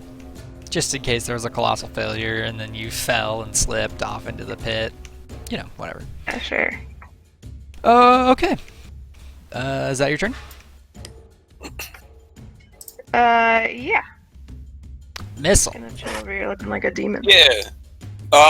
Could I use catapult to catapult an alchemist's fire at the giant ice spider? Yeah, I'll allow it. They're like Okay. 50 feet down into a pit, but you could approximate it. You're a genius. Yeah, the range is 90 feet, and if it's like a parabola and it would descend, Yep. then I shoot it a little less and it would continue to carry. Yeah, dude. And I don't know if an ice spider has fire or resistance to fire damage, but would my elemental adept feat overcome that? Yeah, if it did, Excellent. it would. Excellent. All right. So then let's do that. Missile ballistics. Yeah, man. So, Missile kind of reaches into his bag of holding, and you hear like glass and metal kind of clunking around and scraping together. And he pulls out this like cylinder that's like 3 to 4 inches long, but glowing bright orange, and he loads it into his firearm. And he's gonna shoot that alchemist fire. Let's see here. So I would just cast catapult, and then we would Yeah. add the alchemist fire damage. Okay. Yep. Excellent. So let's do it. Pow! Yeah. Fails to dodge out of the way anyways, and roll the alchemist fire damage. Yeah, buddy. Where are you? There you are. Nice. And so the little cylinder comes flying out of his firearm and hits the spider and just erupts into this bright orange flame. Let's get that firearm damage in there. And then Morty is going to do what he does. He's going to shoot a little force ballista. Mortimer can't see him from there, so he would have to move. But you Okay. could see him maybe from here. Yeah, Alright. let me try this out. How can this never work? Aha. Boop, boop. There you go. And we'll just Bang. say you shot him from the top of that ledge.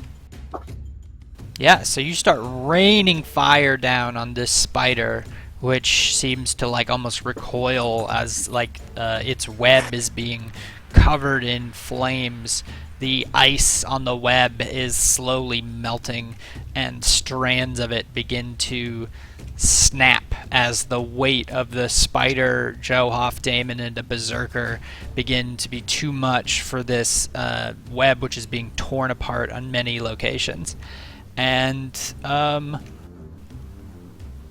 that's Missile's turn, the giant ice spider's turn, and it is going to turn and try to climb its way up the wall 30 feet.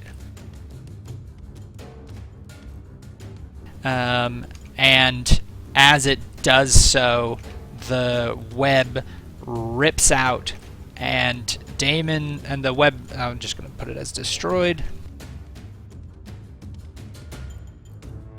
Damon and Johoff fall down into the icy water with the Berserker an additional 30 feet.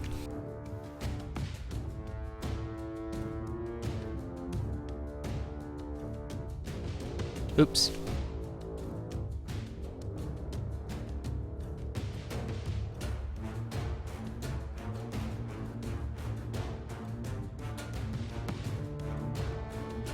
I can't put minus 80 as the set because it will just subtract 80 from the current number it's at. Math is hard. God damn it.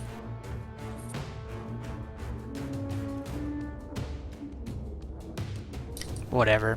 You know what it is. They're all at minus 80 feet now in the water, and the spider is trying to run away.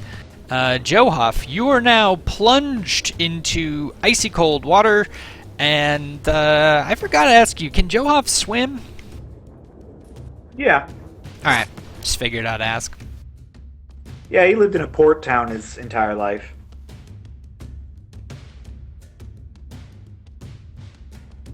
Okay, let me just check on the rules of hypothermia.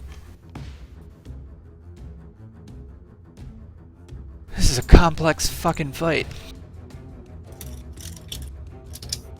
It's so good, man. Where's my environmental stuff? Survival checks, extreme cold. Okay. Make a DC 10 Constitution saving throw as Johoff. Okay.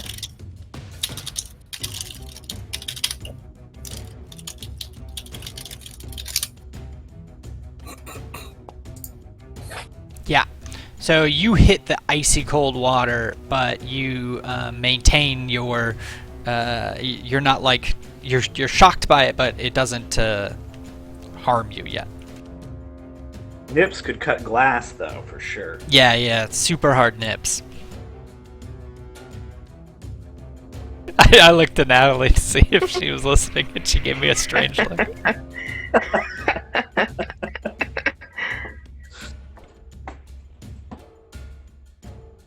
This is serious role-playing.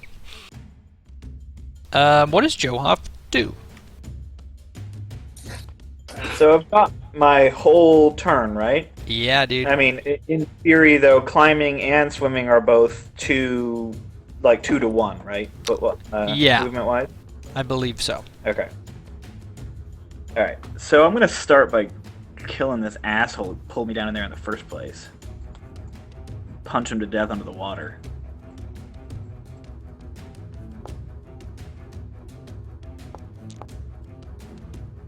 Yeah.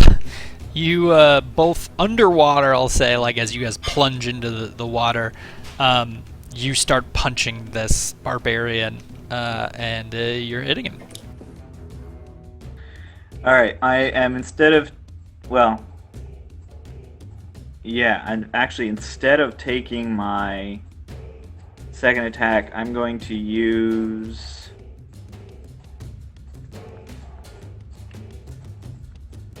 No, I guess it really doesn't matter what order I do that in. Okay, yeah, I'm just gonna hit him a second time. Yeah, you hit him, and he dies. Yeah, alright. As my bonus action, I'm gonna take the disengage, so the Spidey doesn't get a thing on me. He's 20 feet, or he's like 60 feet above you anyway, so he couldn't attack you. Okay. Well, then I'm just going to go ahead and swim to the edge and start climbing. Okay, make an athletics check for me.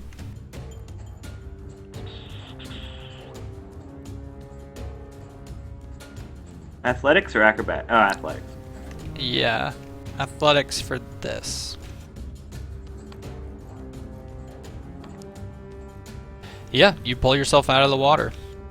You are soaked to the bone.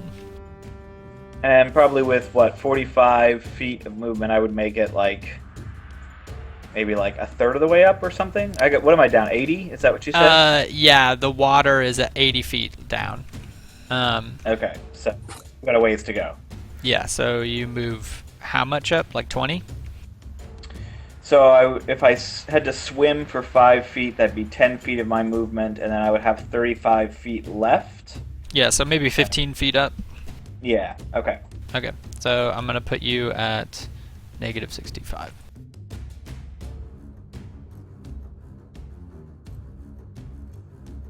Also describes how cold Johoff feels right now. Perfect. That is Johoff's turn. Berserker. Demarcus! Oh boy.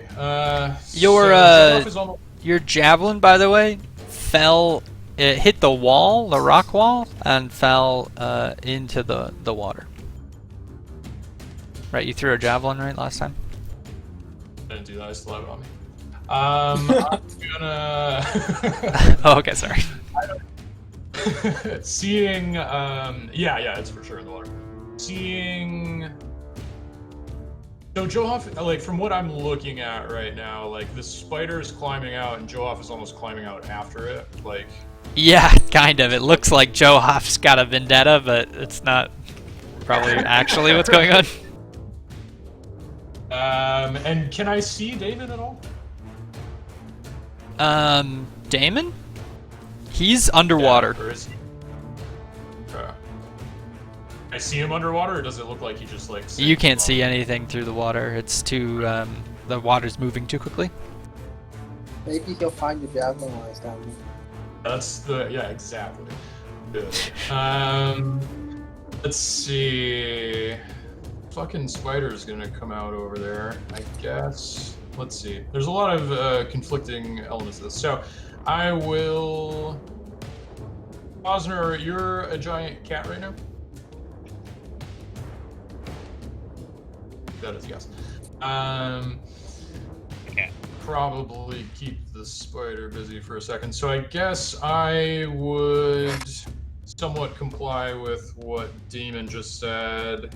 And I still have Missile's weird thing on me, which is dash as a bonus action. So I can, with the dash in my regular move, actually get all the... Isn't that a concentration spell? And oh, is it? I thought it was a weird Buffy. I would imagine you would have to have cast concentration on that. I mean, Expeditious Retreat. Yeah, that's the So one. But did I cast it last time? you cast it. Damage to him? It lasts 10 minutes, but it's concentration, so you would have had to make concentration checks on all the damage you took. And I don't think we did that. So no, we did not. let's just make one concentration check. I'll set the DC at let's say 15, or no. Well, just make it 16 because you've taken about half your life in damage, and we'll see if you pass it. He still has it. If he doesn't, then you did. Okay. Yep. He still has expeditious retreat. Alright. So I can get all the way up to this door, and I'm gonna hit it with my big old maul. Oh, sweet. Yeah. Go for it. Yeah. It's an auto crit, so I'll just give it to you since there's nothing to target. So yeah, DeMarcus runs up to this wrought iron gate, and well, you can describe it if you'd like. Yeah, I mean, so he's like flying, and he just flies past Mel, and he literally, I mean, it's not anything special. He literally just with like every like minuscule muscle in his body, just brings it like straight into the door. Yeah, and it blows the door open, sending like shards of metal like scattering. And in front of you is a very small girl with dark skin and bright eyes, and she's like cowering in the corner, terrified by the fact that this door was just smashed in. Marcus walks up to her and holds his hand out and says, "My name is DeMarcus Sunspire. I'm here to help you." And she looks up, kind of less afraid. And then he would say, "My friends are in trouble, and I have to go help them now." Here. And she nods. Okay, and then I would turn and make to leave, but I'm pretty much out of movement here. Fair enough.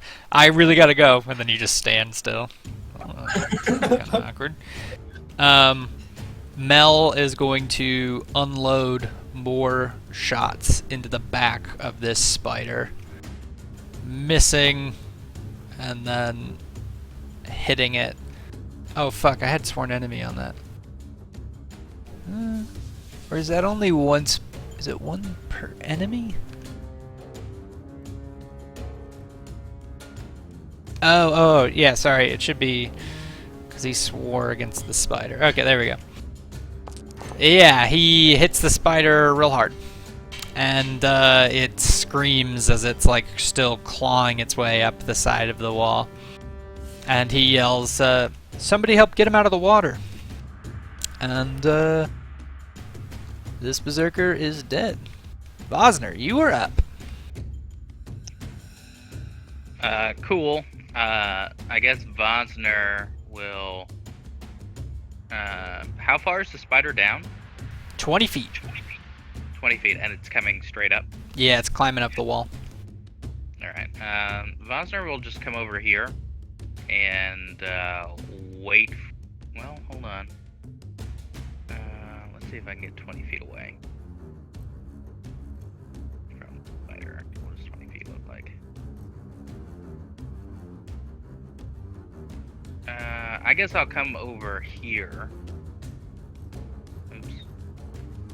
I'll go over there and hold my attack for when the spider comes up and pounce him. Okay. Since I can't go down there and get people out of the water. Darren, you're up.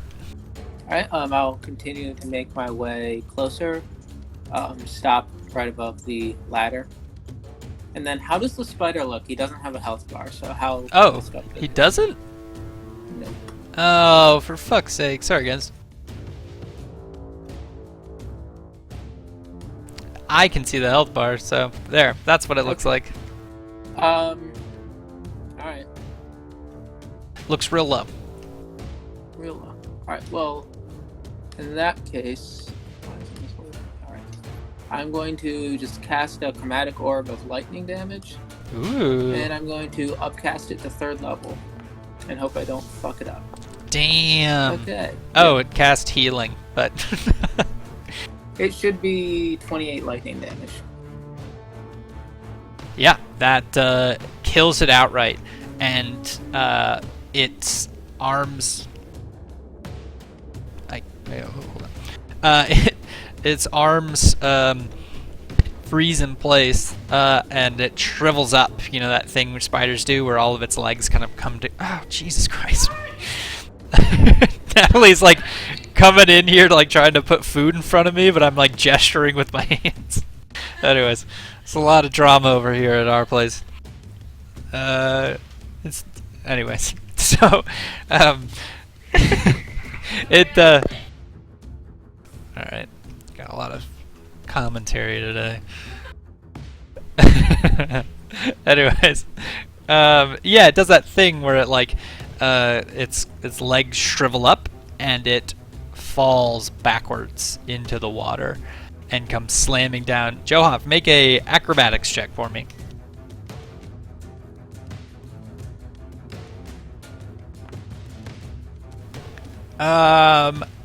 Yeah, I'm gonna say that's not. You know what? I'll say it'll do it. It starts sliding down the rock wall, and you like duck into a little bit of a cove as the giant or the large corpse of this ice spider comes flying past you and hits the water with a giant splash. And I believe it is Damon's turn. Damon, you are 20 feet submerged underwater, and a giant spider just splashed into the water above you. Well, what are you doing? And I'm on, like, presumably the floor of this pool. Right, yeah. Yeah, I see this giant corpse coming at me, and I'm just going to, like, run to the side, away from it. Okay.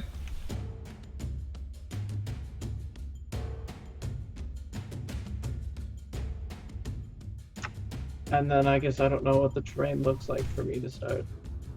Yeah, you climbing can, up 50 feet it's a upward. super steep climb. You can try, make a Constitution saving throw for me.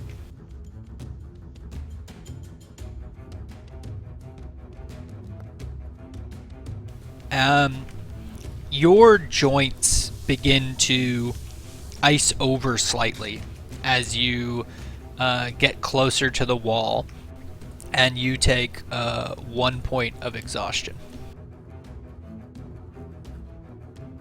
And you can try to climb the wall if you would like. You can make an athletics check, but with disadvantage.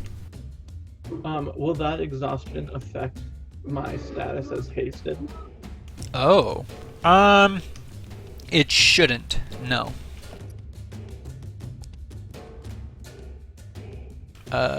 Yeah, okay. So that's enough for you to, like, get onto the ledge and hold on, but you're not able to, like, pull yourself out of the water. You're kind of, like, barely getting yourself out of the water at this point, I guess. Okay. Isolde, it is your turn. So I don't see any other enemies, Correct. and it looks like everyone's more or less getting out of the water. Okay. Yeah, I'm just gonna move down to the other side of the cavern and ask Mel if he found the person that he was looking for. Yes, she seems to be fine. We should help them out of the water now. Okay. Fuck.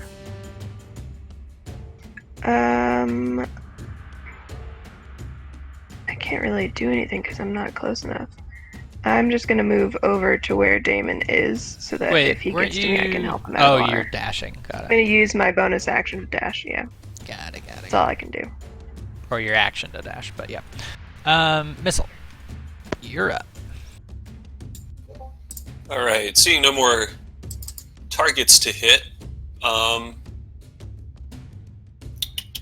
guess all Missile can do is take his 50 feet of movement. So let's go to 25. And then, could I just climb down this ladder? Yep. Okay.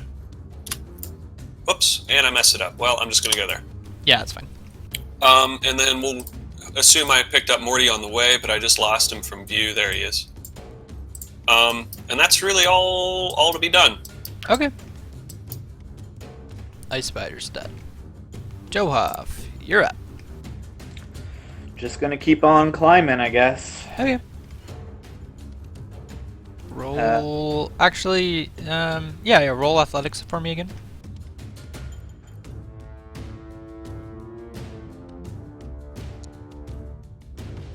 Yeah, you Cool.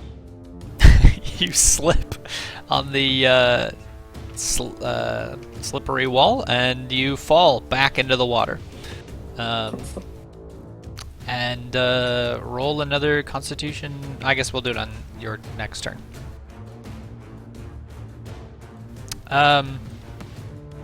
Hannah, this girl, you can see her name already anyway, so it's her turn. Now that she's not imprisoned, she's going to come out, and seeing everything here, is going to come up to Mel and give him a hug.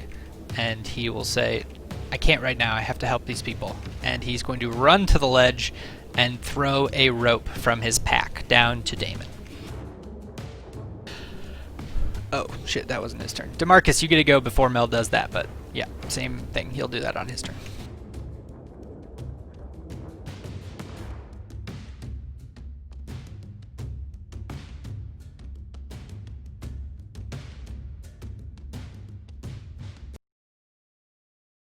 Sorry, my mic was off. Me seeing Mel do that would kind of change up what I was going to do, so you want to just say that he went first? Yep. I'll go second. All right, cool. So yeah, I would run up to the ledge here. And I think, let's see, 1, 2, 4, 5. Let's see, I can make it to the other side with a Misty Step bonus action. So I think I'm going to do that. Do you have the spell slots for that? Yeah, I saved. I think I have at least one, maybe two. Second. Okay. I was saving the second. Yeah, just making sure. I think I only used the hold person in the beginning. Got it. And then if I could throw a rope down to Johoff, I will. Okay. Unless that's too much. Yeah, yeah. Okay, so yeah, I'll throw a rope down to him. Okay. And Mel goes and he throws a rope down to Damon. Vosner, you're up. Vosner will hold on to the end of DeMarcus's rope to Steady it. yes, to steady it, and when he gets down, I'll help him pull him out. Okay. Could I also make a perception check to see if I can detect enemies with my keen sense? Yeah. Roll perception. Yeah. He gets it at advantage because he's a tiger. Nice. You, I feel like that only applies for things regarding scent, but I could be wrong, but that's fine. You can have advantage just because there's not much going on. Yeah, you, the place is still. You believe that you've killed everything in this cave, and that you guys are relatively safe. Okay, yeah, it is for smell. I was gonna see if I could smell anything. Yeah. Is coming. Okay. Cool. All right. That's what I do. Taryn's up next. I'll climb down the ladder. And then I guess grab onto the end of Mel's rope with him to help pull when Damon grabs it. Okay. Yeah. Damon, it is your turn. Damon will just reach for the rope to try and start climbing out.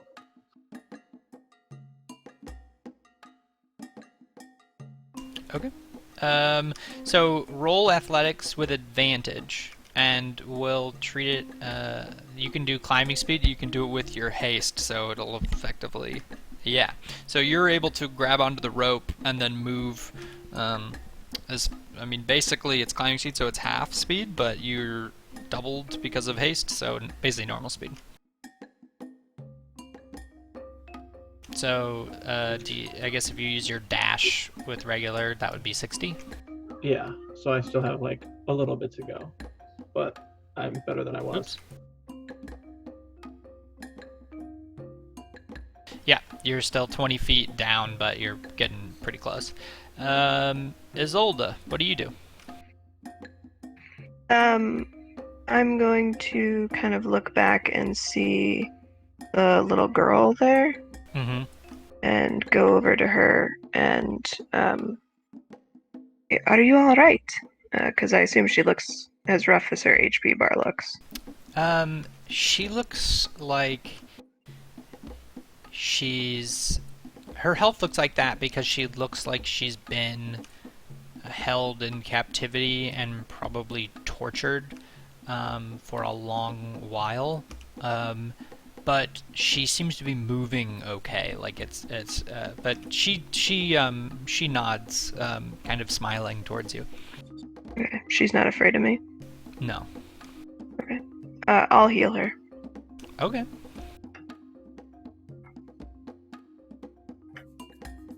Oh, I can't target her, but Wait, you can? no. Oh, hang on a second. Because I had the ruler on. That'll do it.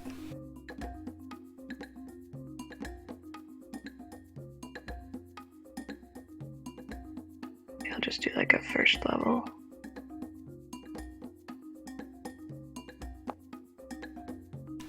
And as you reach So plus out, an extra 3.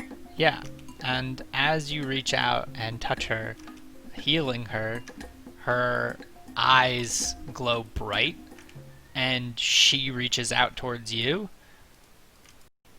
and heals you back. The shit. And smiles at you. Oh. Missile, it is your turn. All right. Missile and Morty are gonna walk towards the Blood Witch, and along the way he'll see Hannah and Isolde, and he'll go hello, and just continue on. And hopefully he'll get to the Blood Witch pretty soon because I want to see what she's got on her. Yeah, dude. All right. Johoff, you are in the water. Make a Constitution saving throw.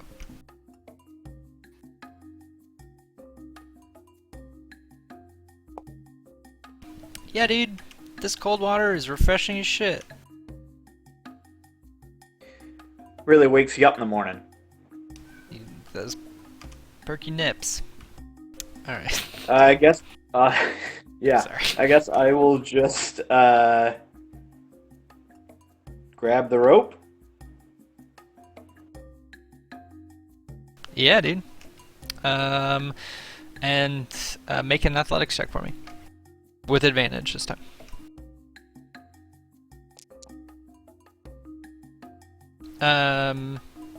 You are able to grab onto the rope, yeah. I'm not a strong boy, okay? Yeah, I know, dude.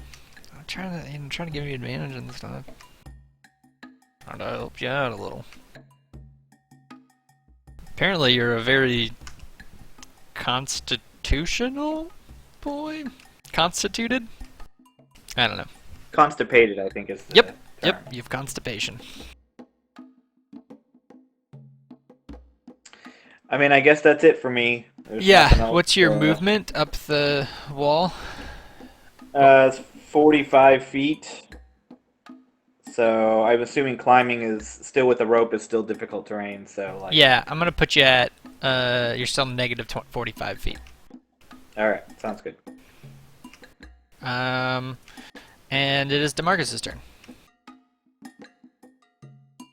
I'm just gonna speed things up here. I'm going to allow Damon and Johoff, assuming you guys are gonna make the last little bits of your travel here without falling, since you've already fallen a few times.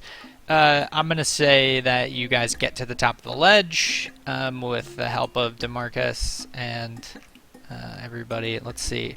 The only limiting factor was, for me, when did Damon cast haste? Was that the first round of the combat right when we entered the cave?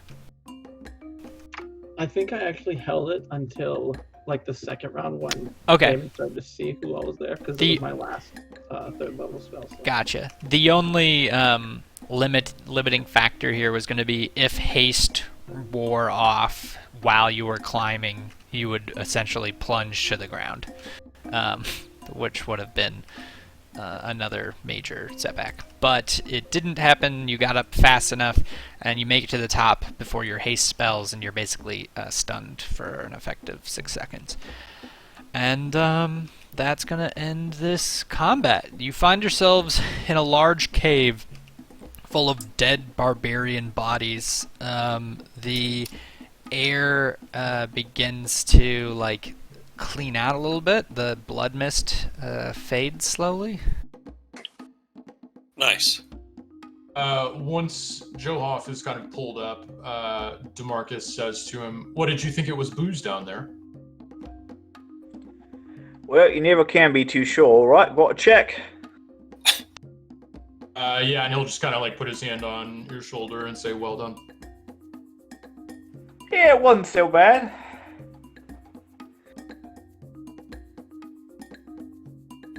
Thanks for the, the assist. Oh, well, you killed the Blood Witch, so I just took out as many berserkers as I could with Damon. Well, I actually think it was, she still had some fight in her when I went over the ledge. Oh, what happened? I was occupied. Well, I was punching her to death, like I do, what? And I think I still saw her breathing. And then that other fucker down there grabbed me and threw me off the ledge. So, yeah, I don't know how she died, but looks like she peers over the ledge and says, "What happened to him?" Well, the spider tried to eat him, and then I punched him to death. Everything went according to plan, then. It's a fucked up plan, but yeah, sure. Yeah, DeMarcus puts his arm around you and he kind of like starts to walk over to where everybody else is. Let's get out of here. Taryn will go with Missile to help investigate the Blood Witch. Missile's delighted to have company. Vosner goes back over to Mel in his big cat form, and he kind of sits down, and then he transforms back into a very bloody druid. No. He took a lot of damage. So, there you go. And man. Mel turns to all of you and says, You've done a great job. That was very hard fought." Yeah, I could have gone a lot worse, but we stuck through. Does anyone have a healing potion or something? And I'll walk over. as you say Yeah, that, easy. the Hannah also walks over with Isolde and casts a spell, healing you for 19. Nice. When she does that, I'm just gonna look at her and say, "Who are you?" And she turns to you and smiles, but does not speak. And Mel comes up to you and says, "Her name is Hannah." And she doesn't speak, so sorry. But we should probably get out of here. I don't know when the next patrol of barbarians will come back from a hunt, and I don't think we're going to be in any shape to fight them if they do. That's pretty wise. Could I tell she's dark skinned with bright eyes? Could I recognize if she's a drow or something? I mean, you could do like a history check, maybe? Or an insight check? Whatever one you prefer. Alright. Go with insight, since it's wisdom. She doesn't have pointy ears, and she does not have the kind of ashen skin of a drow. So you get the feeling that she's not drow. But you've never seen somebody with eyes that look like that, so you're a little bit caught off guard. Okay. I guess it would be wise for us to move from this place. And just look to the rest of the party and see if they're ready to go yet. Yeah. Should How have does- one more wild shape left, but that's about it. How does our investigation go? Oh, have you guys rolled for it yet? Did I miss it? No, not yet. We're just waiting to do Let's that. do Missile does an investigation with advantage. Oh, buddy. Yeah. So with a 25, you sort of like pick over the place quickly, and you find 3 potions of invisibility, a set of armor. So part of this is just from the loot from all the corpses. So one of the blood guard had spider silk armor, which I'll give you the details on at another time. The Blood Witch has a knife on her that looks like it's infused with powers that might give you the ability to cast spells. Like, that's what you determined from just looking at it. Like, it might have been the thing giving her power. And it looks really ornate and ancient. And the 3 potions of invisibility. And then the Blood Guard had a dagger that was a +2 long dagger, which has certain stats, and was wearing spider silk slippers, which are, well, I'll give you the stats on that another time. But that's what you get with a 25. So the guard had the long dagger +2 with slippers. From the other barbarians, we found 3 potions of invisibility and spider silk armor. And Actually, then basically all of that came from that one assassin, except for the special like ceremonial knife dagger thing that the Blood Witch had. That looked ancient. Okay. Could I run a history check on that magical object? Yeah, you could. I could give you some information. Yeah, just to exploit my artificer's lore and see what we can get out of it. Yeah. We could come up with it later as well. That should You be just- 17. You just basically identify that it is a weapon that is a relic from, like, it's at least 1,000 years old, based on, like, the craftsmanship and how it was made. So it's, like, empires old. So from your archaeological stuff, you would be able to identify that. I kind of haphazardly just put it in my bag of holding. Sure. Okay. And then also you find, I guess question would be, what all do you search? You search every inch of the cave, basically? I can't speak for Taryn, but I was just curious how the witch was doing what she was doing. I was giving you way more than you asked for. Yeah, Taryn was helping with the look at the witch. Oh, well, anyways, I gave you all that extra shit for free, I guess. But, Okay. Taryn would have stopped by the Blood Guard on the way out anyways. So yeah, fair enough. That's all I'll give you guys with a 25, I suppose. You got it. I'm gonna kind of look across the lake here at Missile, and Izzy looks kind of distraught, and she'll go over while they're doing this investigation and wait for him to be done. Before she says, Missile, I'm sorry about attacking you. He'll look at you puzzled and go, I'm not quite sure I recall. And she kind of freezes for a second and says, "That's all right then." And Did anybody see Izzy swing at Missile?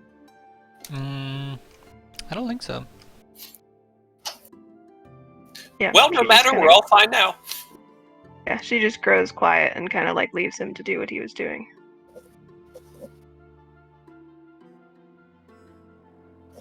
Uncharacteristically, Missile recalls everything that happened in the past month, but he almost immediately forgets this interaction.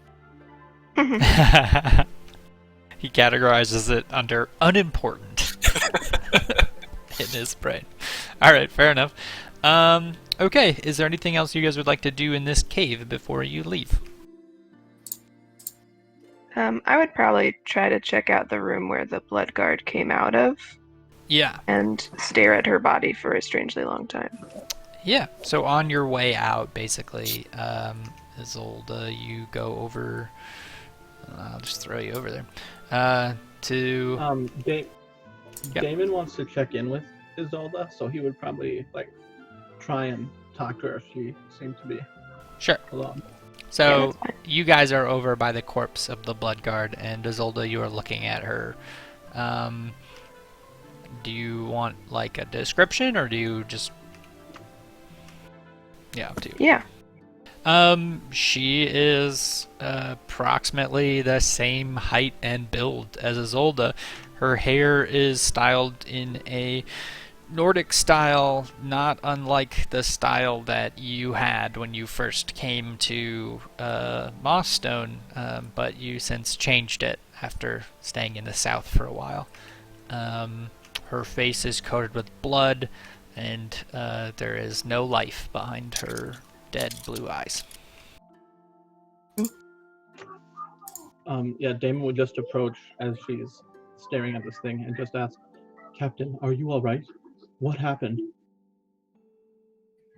Oh, yeah, I'm alright. And she, realizes that she's probably, drenched in blood. I was attacked, but Bosner gave me a potion and brought me back. I'm alright, you don't have to worry. I just felt the aura fade so suddenly. I was concerned perhaps you had been killed. I was unconscious. It happened very suddenly. Everything was more or less fine, and I just remember the feeling of her knife, and it was all the way in my chest, and I couldn't breathe. And then I fell, but I don't know how long I was out. Yes, everything seemed to move very quickly in this cave. Is this the one that killed you? Yes. And then I don't know if, when I look at it, if the blight that killed her would have, warped her appearance enough that I don't really see any similarities. I'm just gonna say, for the sake of narrative, the blight maybe didn't dissolve her face, but dissolved, or sucked all of the life energy out of her body, so that her face is still maintained. Sorry for undermining your descriptive moment, Taryn. It's alright. Or we could say it started at her neck and missed her face. Sure. Before we leave, DeMarcus would be ruefully looking into the water and say, "Stupid javelin." Taryn will hear that and be very hurt that you didn't like his gift. Did you actually give it to me, RP-wise? If that's the case and DeMarcus didn't autonomously get it, he would actually walk up to you and be like, "Lost your javelin in the water." It was a crazy battle. It happens, I guess. Sorry, I don't think I'm very good with it. Taryn kind of like shrugs, like, well, it probably was used better with you than if I had it. I find that hard to believe, but thanks for saying so.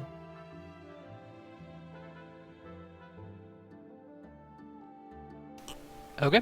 Are you guys leaving? I assume Damon or whoever, Missile and Taryn loot the Blood Guard on the way out.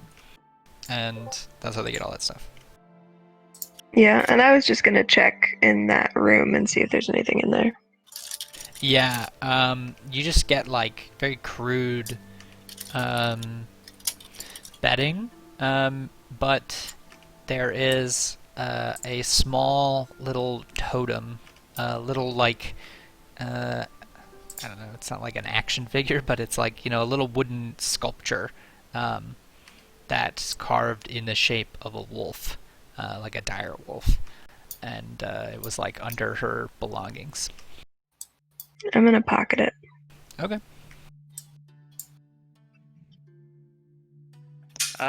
Were there any other doors around? Yeah, so there were still. Oh, sorry. No, there's a few kind of metal gates around, but none of them are locked. You get the feeling that maybe they use them for prisoners or storage of items, and stuff. And then there's obviously the gate that's open to the top right, which was the domicile of a very large spider that jumped out at you guys. Yeah. Taryn's been giving that a wide berth. Yeah. Throw a torch into it. Well, that will have an effect. When I was up near the Blood Witch / spider, when I was sniffing for enemies, could I smell where fresh air was coming, since the Blood Witch was dead at that point, or no? There's no new fresh air or anything. It's basically one way in, one way out for this place. Okay. Never mind then.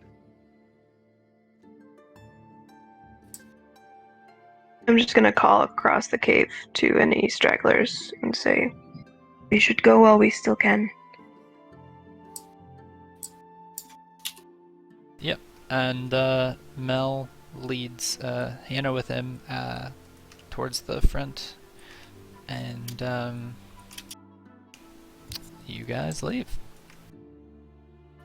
And we go back to the map.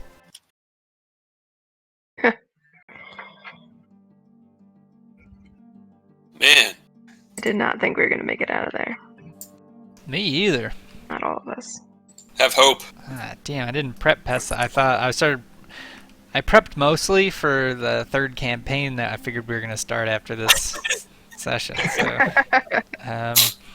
if you guys don't mind, please roll level 1 characters, because I have a whole bandit quest line for you guys to handle.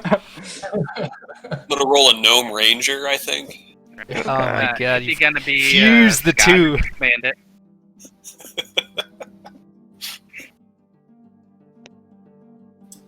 Okay. So, you guys exit, and if I recall correctly, this was basically at the end of a day where you had traveled. And Mel would basically say to you, well, we can try to push on for the night. I know people are tired already. Or we could risk camping here, a little ways away from the barbarians. But either way, it's a risk. Let's put some distance between ourselves and this camp. Agreed. Okay. So this is going to count as a forced march, which has a very low chance of causing another level of exhaustion. So, just so you guys know. So, how are we doing are we doing the exact same thing with the jobs? I think so. Okay. If there's a reasonable place for me to use my +5 somewhere, I'm happy to do that. Guide or scout if anyone's extra deficient because of that combat. Oh, yeah. Scout. Advantage, right? Because of exhaustion. Yeah, Izzy would ask for help. Okay. Okay. Much obliged. And Is then Hannah riding with Mel on the horses, or? actually, yeah, Hannah is riding on the back of Mel's horse, but or I guess on the front, because she's smaller than him. But she kind of like motions to Mel and is willing to take over the animal handling aspect of the trip, and so Mel joins in to help with Vosner's guide roll. So, roll a scout or a perception roll for me, Zolda.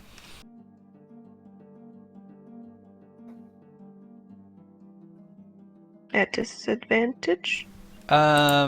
Yes, because of your, yeah. So you get a 16, and then it goes up 5 more, so you get a 21. Okay. And then roll a survival for me, Vosner.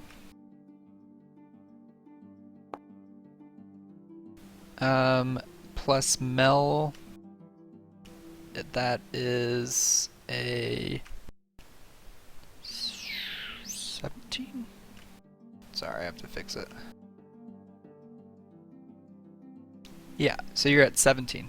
Yeah, it's +7. And then Hannah will roll an animal handling. And she gets a 23. So, as you guys are traveling, you, like, Hannah is, like, petting the horses and caring for them and feeding them, and they seem at ease around her. And Mel is helping you guys guide you. I need everybody in the group to make a Constitution saving throw. +3 from me. Ooh. Okay, so I'm at 12. Okay. The DC is 12.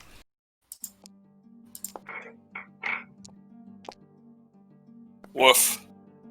Ouch. I'm gonna flash of genius myself if possible. Hold on.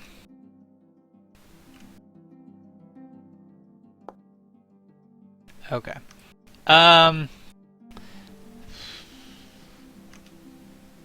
I'll say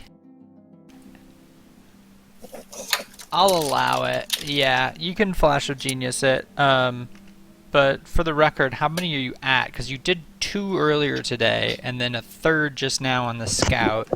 Did you do any in the combat? No, I don't think so. Wait, I was going to, but oh shit, I don't remember. Well, I have 2 left, and we're about to go to sleep, so. Okay, yeah, I'll allow you, like, whip up like an energy drink concoction to keep yourself awake. You know.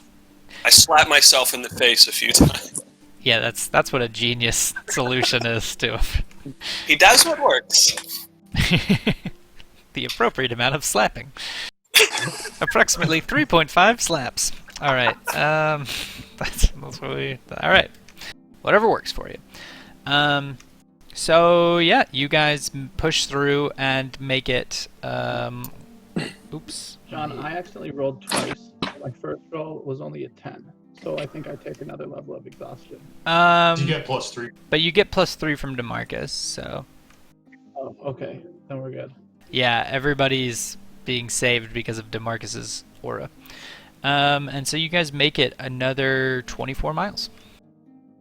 And Wow. you guys are making camp. Unless you guys want to keep pushing. Yeah. Missile would insist that we rest, given 2 points of exhaustion in the party and no spell slots for anybody. Fair enough. Also, Isolde make a stealth check, and the horse will make a athletics. Wow, even at disadvantage. You're that a was pretty dope. stealthy ninja. Demarcus plus the horses plus the animal handling, everything equals out, and you guys have a successful travel in the middle of the night after a long battle. And you go to sleep. It's like our first successful travel. I know, and it was like against all odds. And you go to bed. What are your watches? The same as before? I'll take one of them. Marcus will take Yeah. first. And unless we- make sure you keep track of your exhaustion. I marked it on your character in the battle, but it didn't maintain it on the screen. I Vosner? guess. Yeah, we set it up to have perception people do watches, I guess, and I'm not one of them, so. Right. You can keep me Vosner, company. Well, I'll have Vosner, if Vosner can go first, and just be a wolf, spend his last wild shape, so then he can see better in the dark. I think that'll be fine. Okay. We can swap.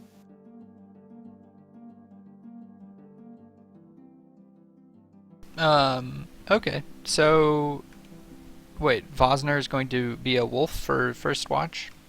Yeah. Okay. And spend my last wild shape. Sure. And roll perception as a wolf. As a wolf. And then Johoff roll perception, and Isolde and Mel. Do I have that character sheet though? I guess I had to go out Oh, and wow. compendium. Well, Mel is on it. Browser. Where would I? Oh wait, monsters, right? Johoff. Johoff sleeps through his shift. He's hypothermic. Yeah, it's true. Put a shirt on him. Actually, no, he's fine. Oh yeah, shit, we didn't play that out. So, Damon doesn't really wear clothes. I guess we did get him furs. Interesting. Damon's clothes are soaked, as are Johoff's. What was your remedy for that? Once you left the cave and went out into the freezing cold atmosphere?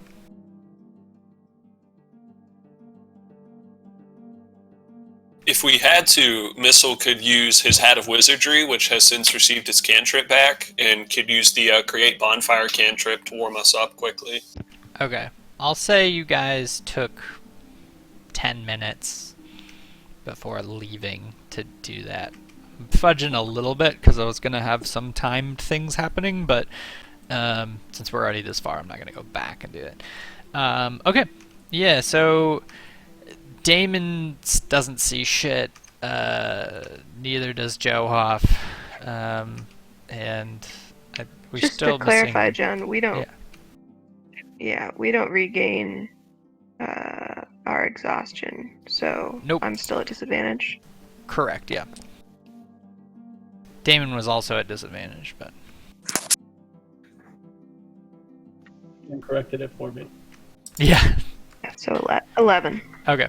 Yeah, so you guys have a hard time paying attention to the keen smell, to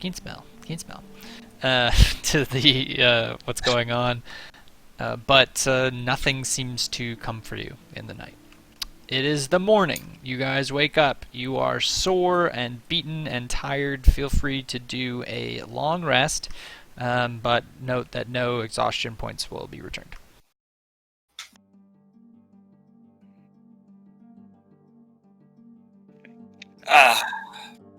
John, on my character sheet, could you fix my speed? It's 20 out of 30 for whatever reason. It's because of your inventory. You're carrying shit. Why do I have so many heavy things? It's fine. We'll just treat it as the 30. Okay, cool. Okay. Is everybody good? That's good. So Mel, helping Vosner guide, approaches you and says, "Okay, so if my math is right, we're only half a day's ride away from the Elven Enclave, and that is where I need to get Hannah." So, yeah, I guess onward and upward. Yeah. And Glad that what we do you... Oh, go ahead. glad that we could help rescue her. Why is she so important? Well, other than being a child. Well, very few people her age have the kind of abilities that she has. I think you already witnessed some of them. That makes her very valuable. What the barbarians were doing to her, well, that was also unexcusable, and well, couldn't let it continue. But the elves will keep her safe. So wait, the elves were hostile to all outsiders. Our plan is to just go up to them and hope that they're cool with us because we have the kid. I know they will be. This. Can I insight check that? Yeah. I ask, so she doesn't look like anyone that I'm familiar with, or like race that I'm familiar with. Where does she hail from? She's obviously not human. That I cannot tell you. Inside check. Yeah. For the previous insight check, what was it on insight check on? Whether or not he was certain that the elves would give us a warm reception. Okay, so you actually can tell that he is confident, but you can also tell that he's not, like, it's not 100% sure for him. Like, he trusts it to be true, but he's not necessarily 100%. Like, Yeah, after he says that, Taryn just looks to Isolde. Yeah, and I'll kind of exchange a glance with Taryn and shake my head, like, just the slightest bit. Okay. Then Taryn will kind of walk away and go over to Missile and ask him if he's been able to look at any of the relics we found on the Blood Witch. Well, I've been handling the ornate relic, the ornate knife, for most of the evening. In fact, it kept me from sleeping too restfully, but I haven't been able to discern anything about it. The rest I'm comfortable just giving to Isolde to divide up among the party as she sees fit. And he just would a bring point out... of question Yeah. is, does that involve, like, attuning to it, which is a process of, like, sitting with the thing for at least an hour so that one attunes to it? I didn't know about that mechanic. Yeah, so, like, when it comes to weapons that require an attunement slot, you can learn things about it by attuning to it, or by casting an identify spell, or whatever else means you have for identifying magic or item lore or whatever. One of my fatal flaws is that I'm easily distracted by the promise of information, so if I could do that, I would have done that. Okay.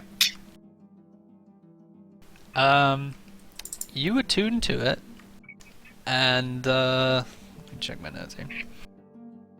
Oh boy. Just filled with bloodlust. That's fine. Yep. It's gonna be a demonic little gnome. I'll learn something. Murders the whole party. I was just realizing I was gonna tell Dylan some shit, but it would still be on the stream, so you guys could just watch it later. So there's no point in me hiding it. I'll text you it. Some things happen. Sick. Oh, Sick. damn. So And, hold that thought, Taryn. here's what you would willingly tell Taryn. Well, I mean, it's up to you. You observe that the knife is very powerful. A question of whether or not, once you realized it's powerful, you would share that knowledge with your friend is completely up to you.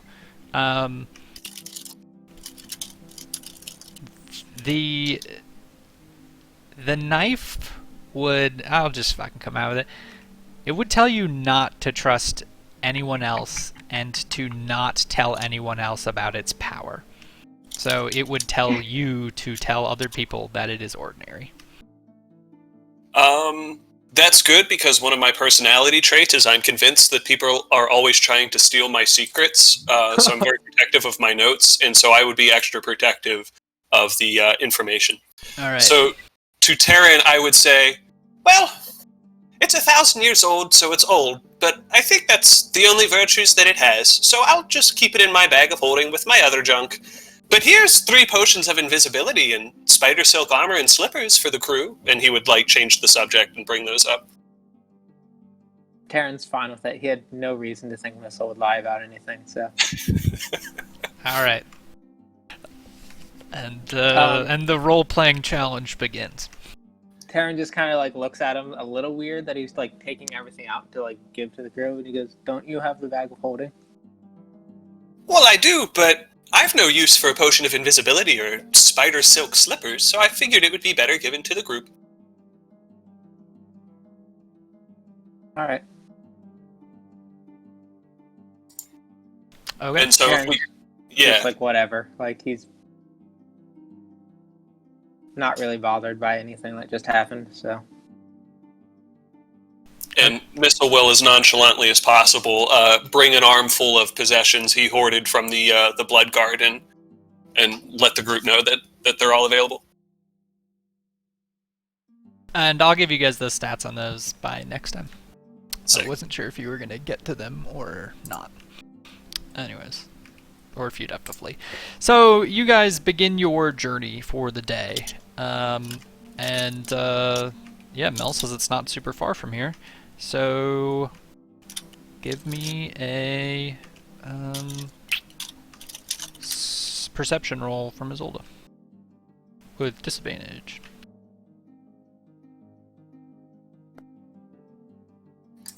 What a champ!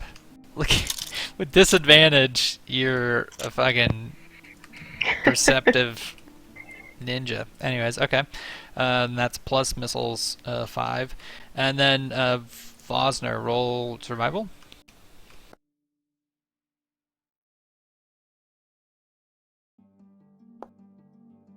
And yeah, so with that check plus Mel's guidance, you guys make it. The full 24 miles into just another kind of part of the woods. You're now in the North Lurkwood, which looks like so. It's very dense and snowy and pretty. And you don't really see an enclave or a city or anything really. And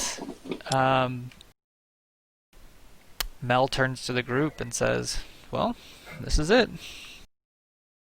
I look super nervous. Where is everyone? They are just beyond the ridge here. Unfortunately, it's you guys aren't going to be able to go inside. But you guys can get through just fine. You guys can keep moving. It's just that outsiders aren't allowed in, so.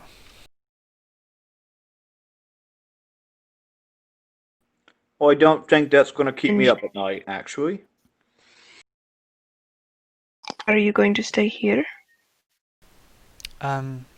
Yes. My place is by Hannah, and I can't leave her. I already failed to protect her once, and can't make that mistake again. Has it something to do with the moon spirit? Yeah, it has something to do with the moon spirit.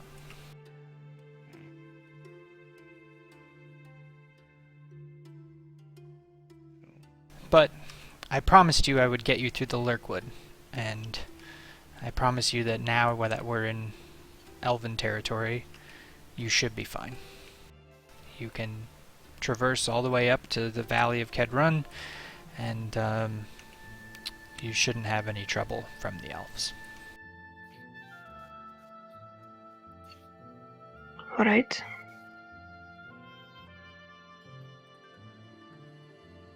It is just north of here, then? Yes, another day's travel. I'm sorry I can't come with you. It is all right. You worked hard for that reunion, so I understand. It said that you won't be accompanying with us. Yes, I do hope we meet again. as do I.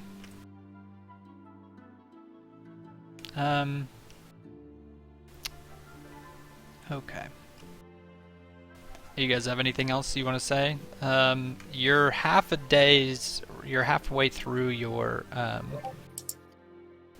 journey for the day, by the way.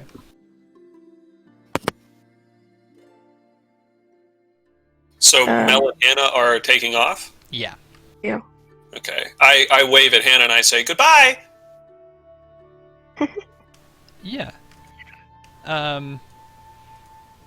Hannah smiles and waves at you and waves at Missile.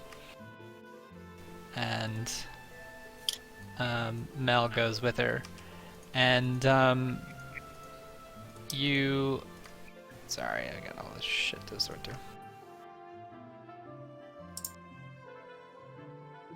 You see in the trees, all of a sudden, it's not like they just appeared, but like your perception kind of changes focus, and you realize that there are a number of eyes watching you, and a woman comes out wearing a crown of thorns with very large ears, and she sort of waves to Mel, and as they come with her, you guys see for like a brief second like a split in the veil occur, and you can see through it. Oh, you guys don't have token vision.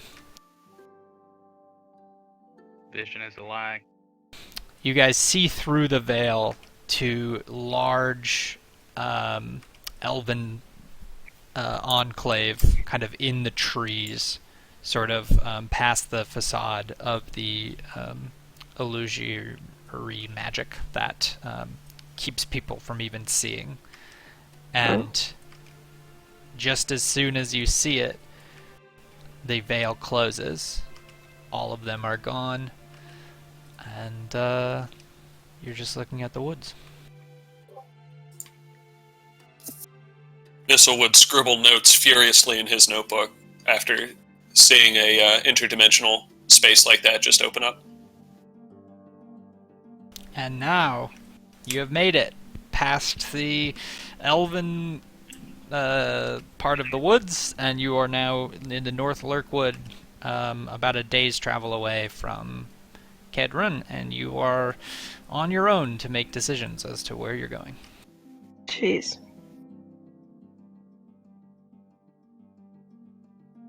Are there any good tourist spots? Yeah, Like the it's south spine of of the the border. world's pretty great. There's an old mine to the south. Yeah. That's about it. Like a cool, like, ghost town type of thing? Right back around. Well, it's Izzy down would kind of check. with ale, so, read on, so long as there's ale at the end of it. Oh, have you guys been removing like rations and stuff as you've been going? Yes. Okay, very cool. Yeah. Izzy would check with the rest of the group and say, we supposedly have safety here, so if we were going to make a camp to maybe spend a day recuperating, this would be the place to do it, I assume. But it is up to you if you want to keep going and get out of the woods. Two of our party are exhausted, are they not? Yes, I think it would probably take a day of Staying put and resting. Do we want Oh. to finish today's travel and then take tomorrow to rest? Sure. So that we're not like sitting right outside the front door being awkward. Of course, that sounds fair. Okay. So Alright. you now no longer have a person running animal handling. Great. Just so you know. I'm neutral on it, so if there isn't anybody with a bonus, I can take over that. The rule is you can't do it unless you're proficient. Oh, never mind.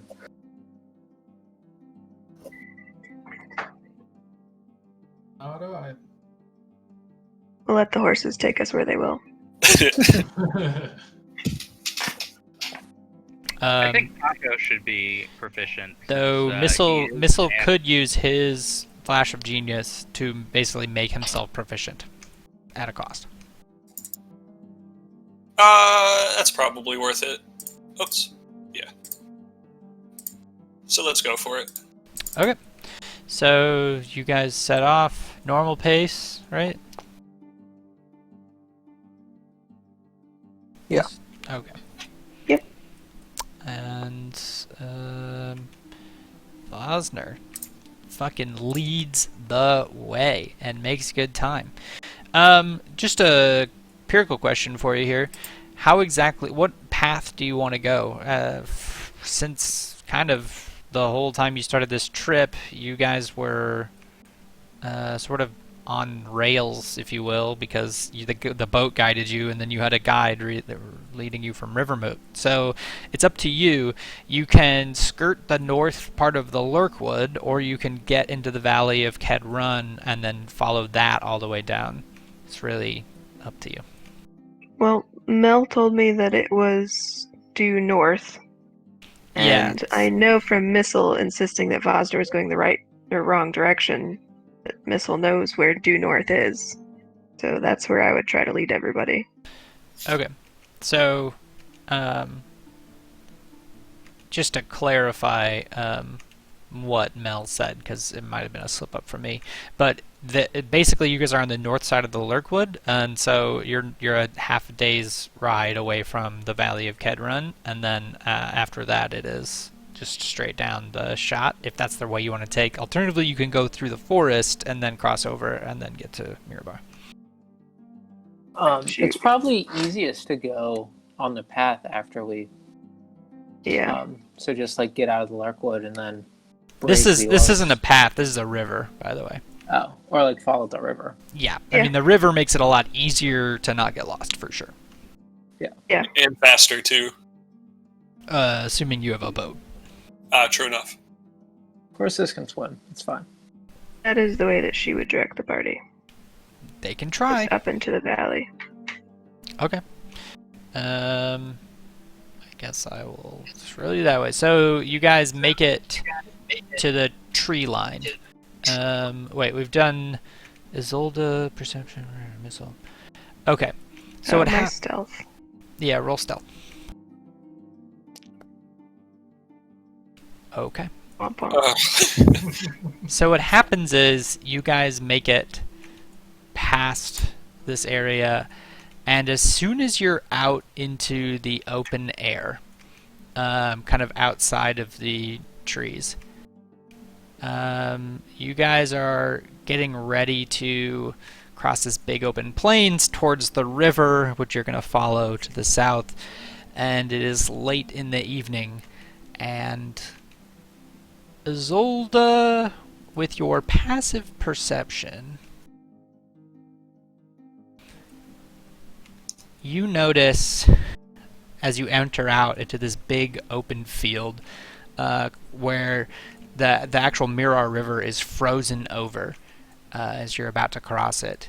You notice for the first time that there is a large shadow overhead. And I gotta change the title of this.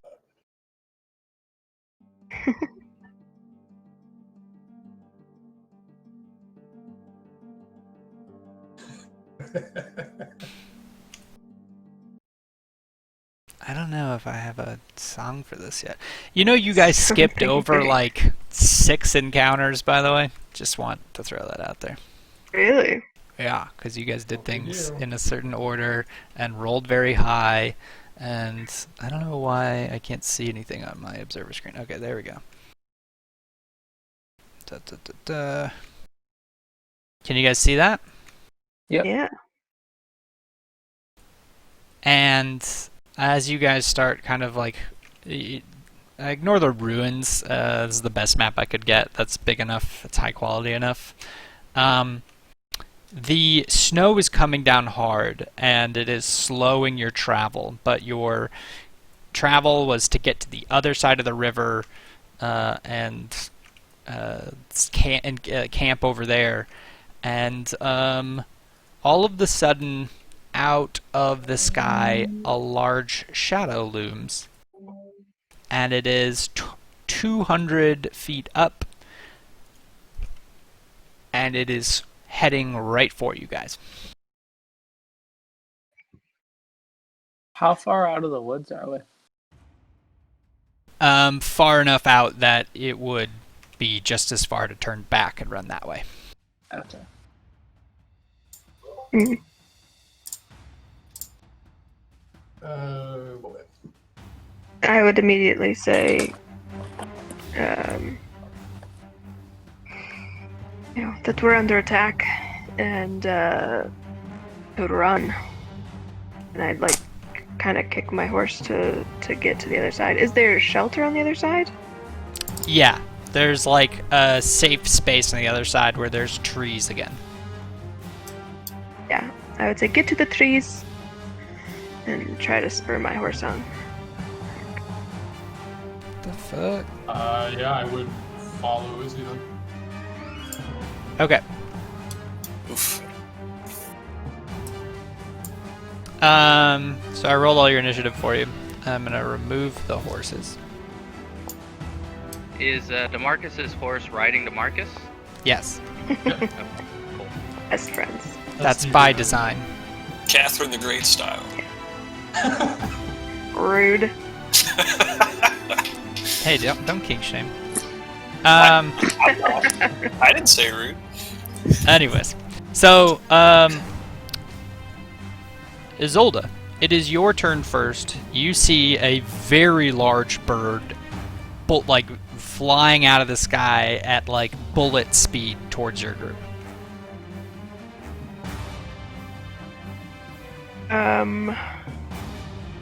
How far away is it? It looks like it is 240 feet up, if you were to just estimate. It's like a quick guess. And 60 feet or so away. Okay. I, like I said, I'm gonna try to charge my horse forward. But I'm gonna keep my eyes on it and hold blindness, deafness, in case it gets within 30 feet of us. Okay. I'm getting like weird shit here. I move the 30, or what is it, 40 feet for a horse? I think it's 60. Yes, my like mounted shit is breaking on my DM side, but it's working on my observer side, so I'm not sure what to do with that. My whole screen just went black. Yeah, mine too. Okay. Oi. All right, so I gotta fix all the horses so that they have vision. Horses. You can give a horse a mount, but can't lead it to milk. Sure. I think that's what they say. That's the saying in this world. We all know horses are great connoisseurs of milk. Canon now. Mhm. Is anybody still unable to see? I'm good. I'm This good. is so weird that it's like super fucking broken on this one screen. It works totally fine on my observer screen, but the rest of you are like moving in parallel to your horses, all funky and weird. Okay. I clicked my horse and then suddenly lost vision. I don't know if that... That happened to me too, but it came back pretty quick. Yeah, it should work now. Let me refresh. Are these 10-foot squares? Yes. So like the little individual squares the size of a person are 5, but yeah, the big squares are 10. Jesus. Okay. So, oh my god, this is all like all of my shit's fucked up. All right, sorry, I'm gonna delete everybody and start fresh. Whoa. I know. I Roll wonder new what that characters, feels guys. like. Roll new character. We're starting fresh. Does anyone want to take a break while we fix the map? Yeah, if you guys need to do a break, that's fine. I'll get it all going again. Cool.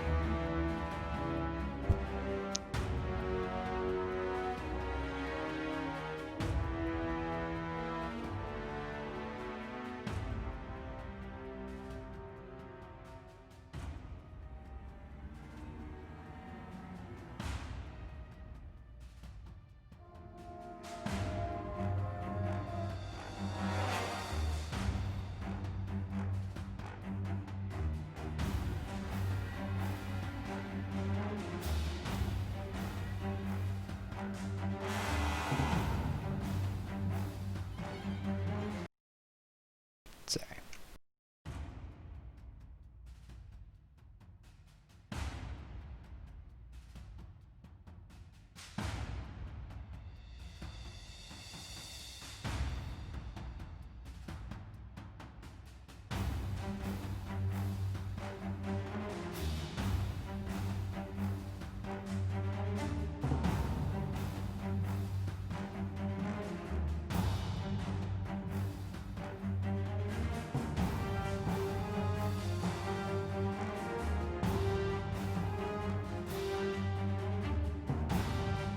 Should we sign back in now, John, or do you want us to... Oh, yeah, I mean, it should be good to go.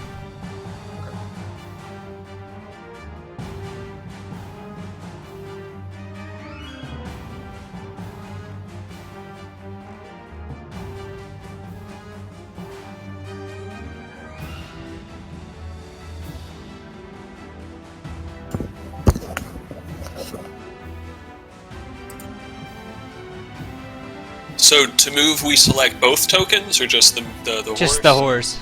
Got it. So, it's a bigger token around you guys. Gotcha.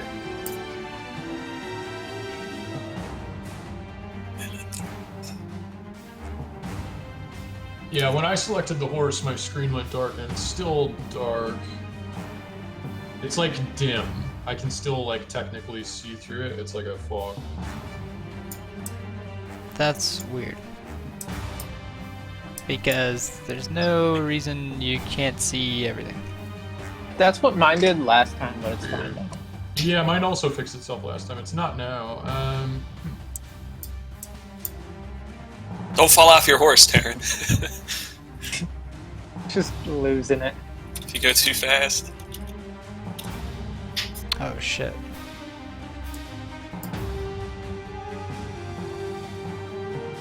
How's that? Did that change anything? When I select the horse, it goes dark, but I think the Marcus is now off the horse.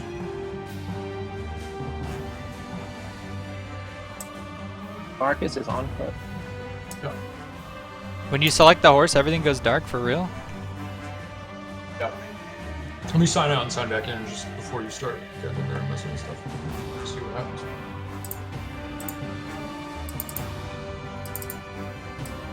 I'm gonna make sure I give you access to it.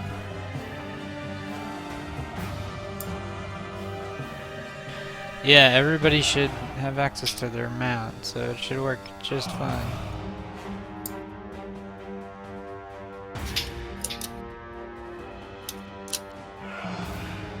Okay. Okay, I logged back in and it's working now. I'm just not on my work. Here you Let go. me see. Yeah, Good I don't luck, know. Ken. This mount Yeah, up good luck, thing Ken. might be, might not work fully. So if we have to, fudge it, do a different thing, we can do a different thing. So, is everybody back? Yep. I'm back. Holy fuck! I just crashed my own game.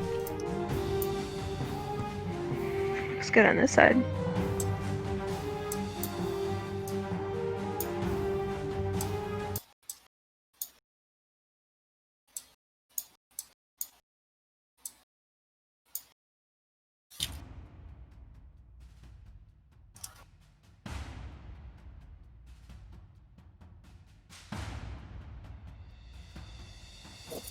Okay, sorry, I'm changing the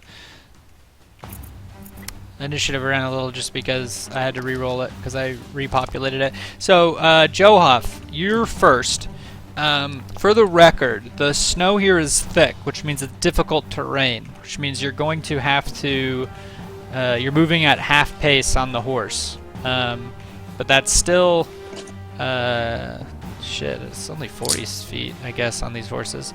It's 40 feet on your guys' horses, 60 feet on DeMarcus's horse. That's total, so we'll be moving 20, or it's 40? 20 unless you dash on the horse, and then it's 40. Got it. Okay. Well, I'm going to stay on my horse, but I just want to go on record as saying I'm apparently faster than my horse. So I'm assuming that we have to cross on one of these little paths down below, or is it frozen enough we can just cross You right over? can run across it, though. I mean, Okay. there is obviously ice is slippery, so you can factor that in. All right. I guess I'll just move forward. I didn't actually mean to go up, but whatever, that's fine. And pull out one of my darts, I guess, to be ready to throw if the thing comes. Sure. So, within 60 feet of us. And I guess that's pretty much all I can do. Okay. That is Johoff's turn. The bird, I don't know if you can actually see the name of it, is going to come towards you guys 20 feet this way and 100 feet down. So that puts it at It's at 140 feet away from you guys in the air. It's 140 feet high and 30 feet away. I love that we're getting 3D now with height and depth. This is Yeah. great. Isolde, you're up. Same as before. I'll move, I guess, 20 feet, since it's difficult Okay. terrain. And hold my action, blindness, deafness, if it gets within 30 feet. Okay. Taryn, your move. I will just go 40 feet. Okay. And that's my turn. Awesome. Damon, you're up. Oh, also, just to clarify for people so you know what you're expecting.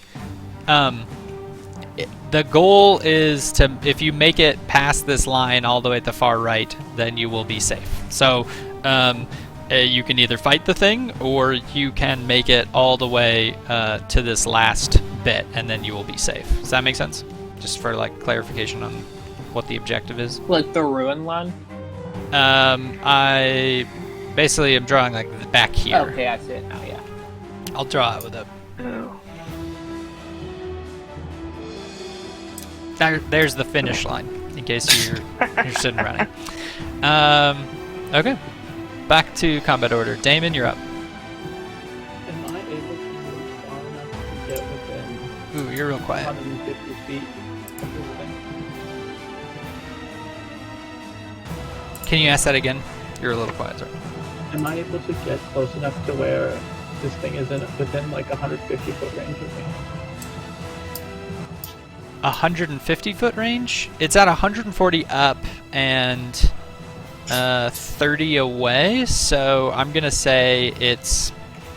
We'll just say effectively 170 feet away from you, even though Pythagoras would be mad. So if you ran towards it, you could. Yeah, Damon's gonna go however far towards it he has to go to be within Okay. 150 feet of it. Yeah, that would be about there probably.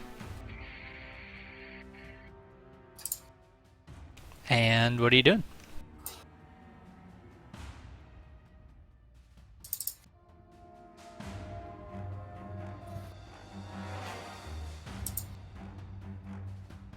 A fireball at the bird.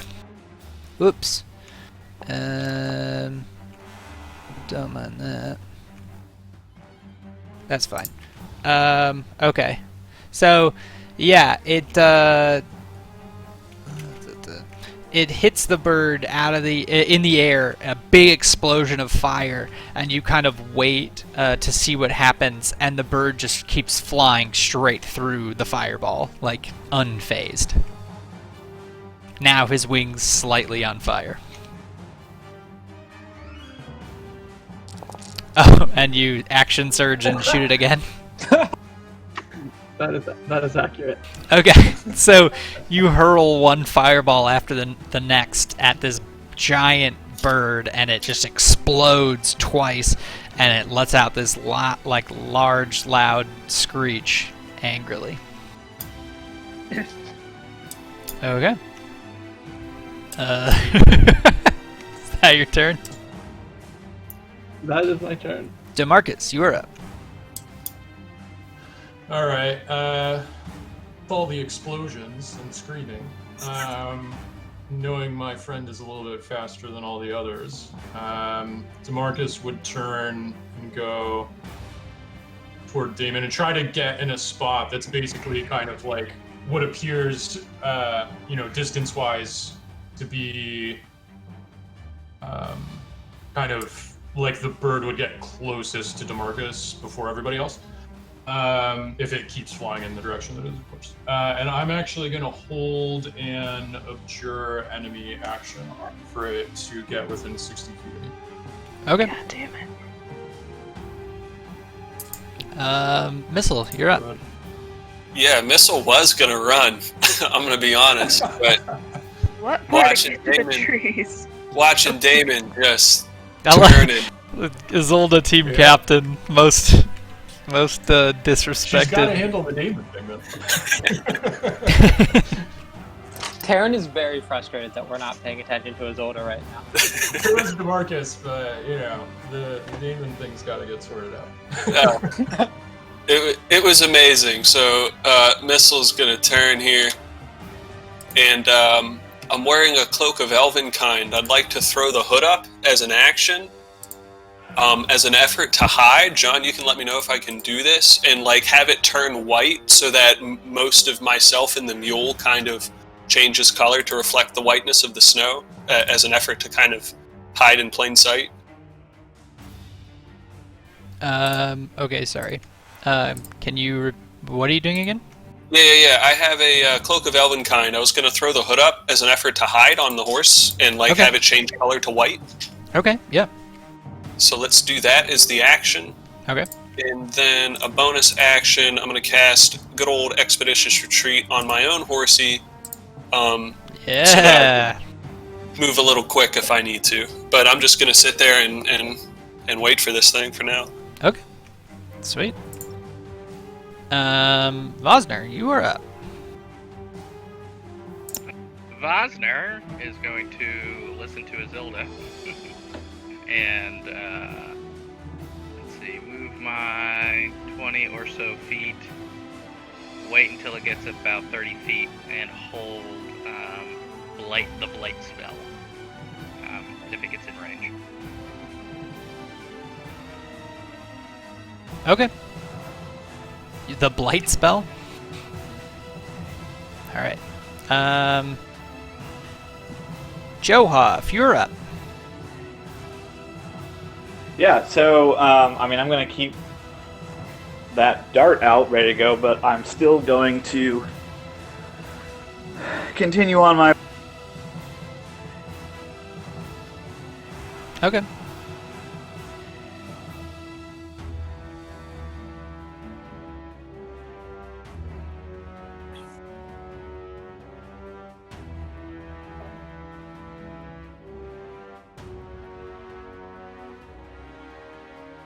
Yeah, that's fine.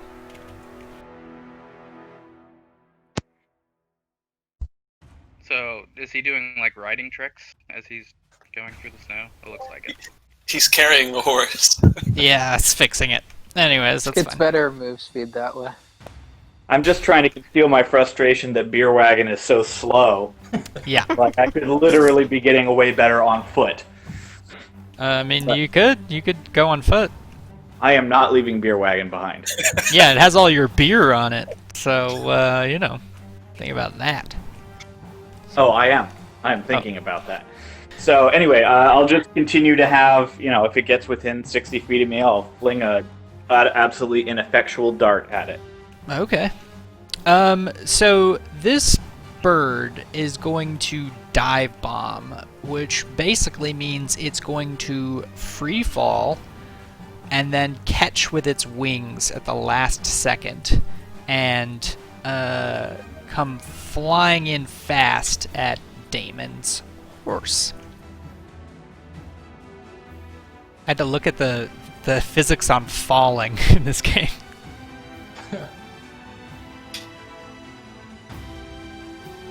Once it gets within 60 feet, John, it has to make a wisdom save. Yeah, make the wisdom what is make it happen. What am I doing? It has to make a wisdom saving throw. Yeah. I think the DC's 15. It makes it. Okay. Nice. Is it on top of Damon's horse, essentially? It is coming in hot. If it gets within 30 feet, which Damon's horse is, it has to make a con save. Okay. Yeah, and John, so this will be weird. So on a successful save, the creature's speed is halved for 1 minute or until the creature takes any damage. So, there's that. On a successful save That con attack? save means that it's... Yeah, on a save, yeah. Okay. On a fail, it has to run away, basically. Okay. It also has to make another con save as well for blight. Blight is 30 feet. How are you guessing that? I'm 30 feet away. Yeah, okay. It's a big bow. Oh, okay.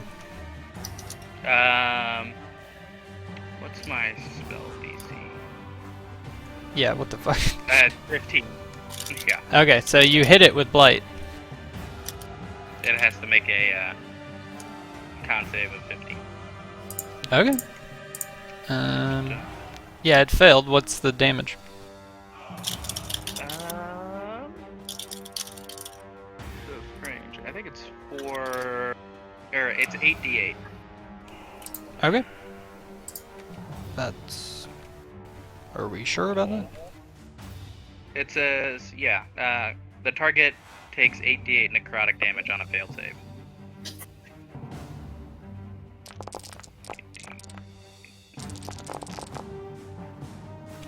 I rolled it. Oh, okay. That's fine. Yeah, so you guys on the leash on it, and it is slowed by DeMarcus, blighted by Vosner. Is Johov darting it? It's blind. John. Oh, it's blind? What's the I rolled a 12 on the con save, and it was 16. Okay. Yeah, it's going to use one of its legendary resistances to resist that one. Fuck. and it is... Damn it. Well, resist this. I'm going to throw a dart at it. I should have saved it for the dart!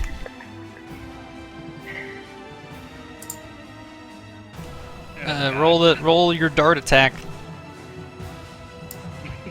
Oh, it's saying Beer Wagon doesn't have a dart. I gotta select me, I guess, or Don't something. target yourself, select yourself. Keep trying, John. Or does it not work from horseback? Oh, it's gonna work. It does, because I had to do the same thing with when I fireballed. It said my horse didn't have fireball. That's fucking weird. So then I just had to like use the little box to click myself. Okay. Yeah. Boom. You throw a dart and it hits it. And it makes its attacks on Damon's horse. Nice and ass. Damn. Damon. So a beak attack on Damon.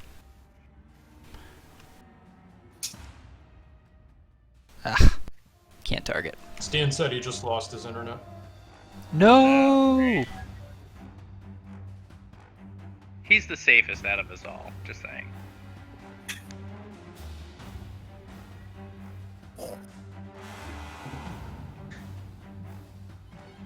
Okay.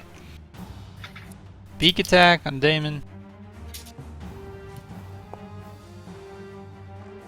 He comes swooping out of the sky and chomps on Damon on the back of the horse.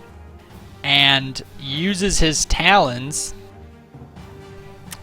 not on Damon, but on the horse, and crushes the horse with its talons and banks back up into the sky. Now, how much did you slow its movement speed? Its speed is no longer slowed because it took damage, so no effect from what I did. Oh, okay. And it is going to use the rest of its movement to shoot 60 feet into the sky. With Damon and the horse. Holding on to Damon's horse, which has Damon attached to it. Let go of the reins, Damon. Oh, look at that. That actually even lines up all right.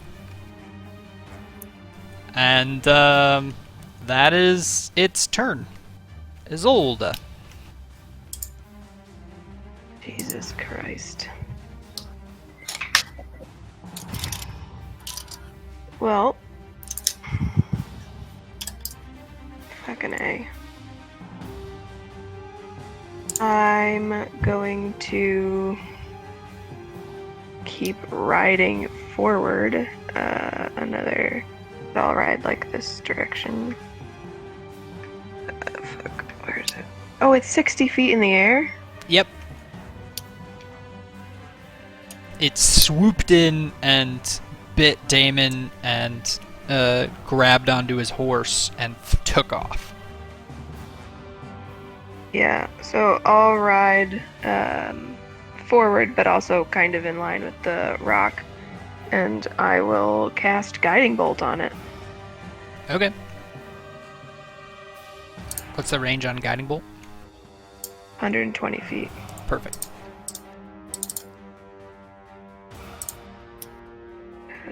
We'll do it at third level.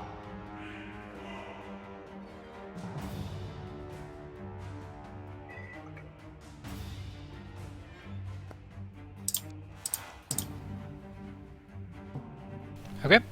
Fuck. And it is Terran's turn.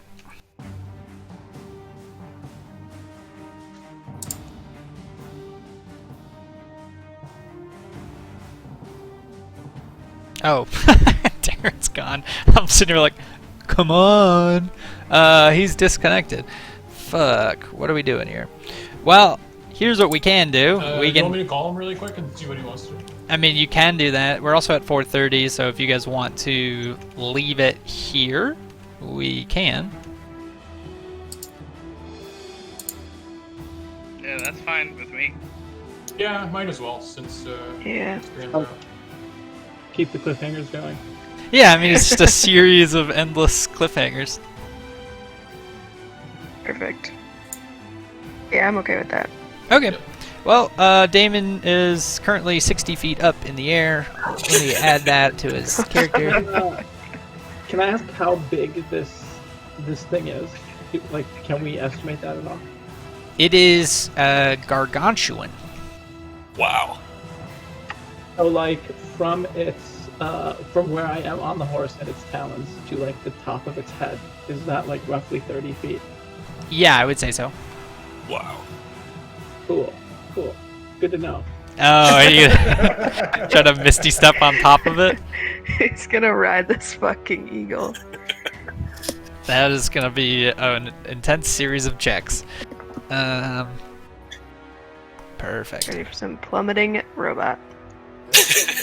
Joab is interested in the possibility of hiding Beer Wagon up in that rope thing that Missile was talking about, maybe? Just chuck him up in there and we'll let him out later.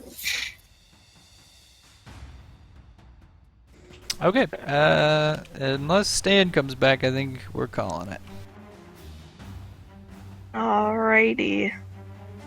Killer All session. right. Yeah, great session, everybody. That first combat was crazy intense, and you guys So did a lot intense. of right things, and made a lot of good rolls, and avoided a lot of really great, well-designed encounters full of lots of fun stuff. Effectively ruining all of my fun. No. You did get the giant bird on us. So there's that. Yeah.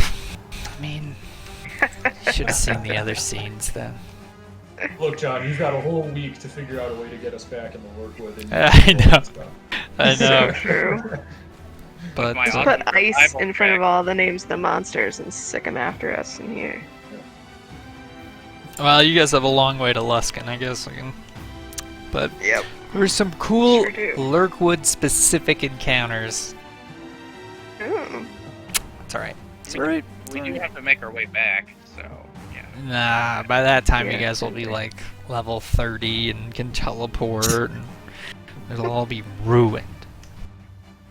I just want to know if the Banderhob is right behind us and what Yeah. he's doing to combat this rock. Yeah. The Banderhob is piloting the rock, is my guess. When Either you that vamp or- up to its either that head, or you're gonna Wiznick. find it. No, it's gonna be Wiznick. I take that back.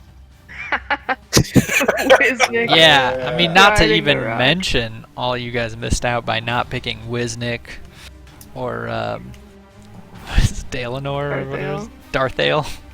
Yeah. Arthale. Yeah. Hey man, Wisnick was free. He could be here. That could be him in Yeah. Rock's talons. Sacrifice. Oh man, I love imagining that.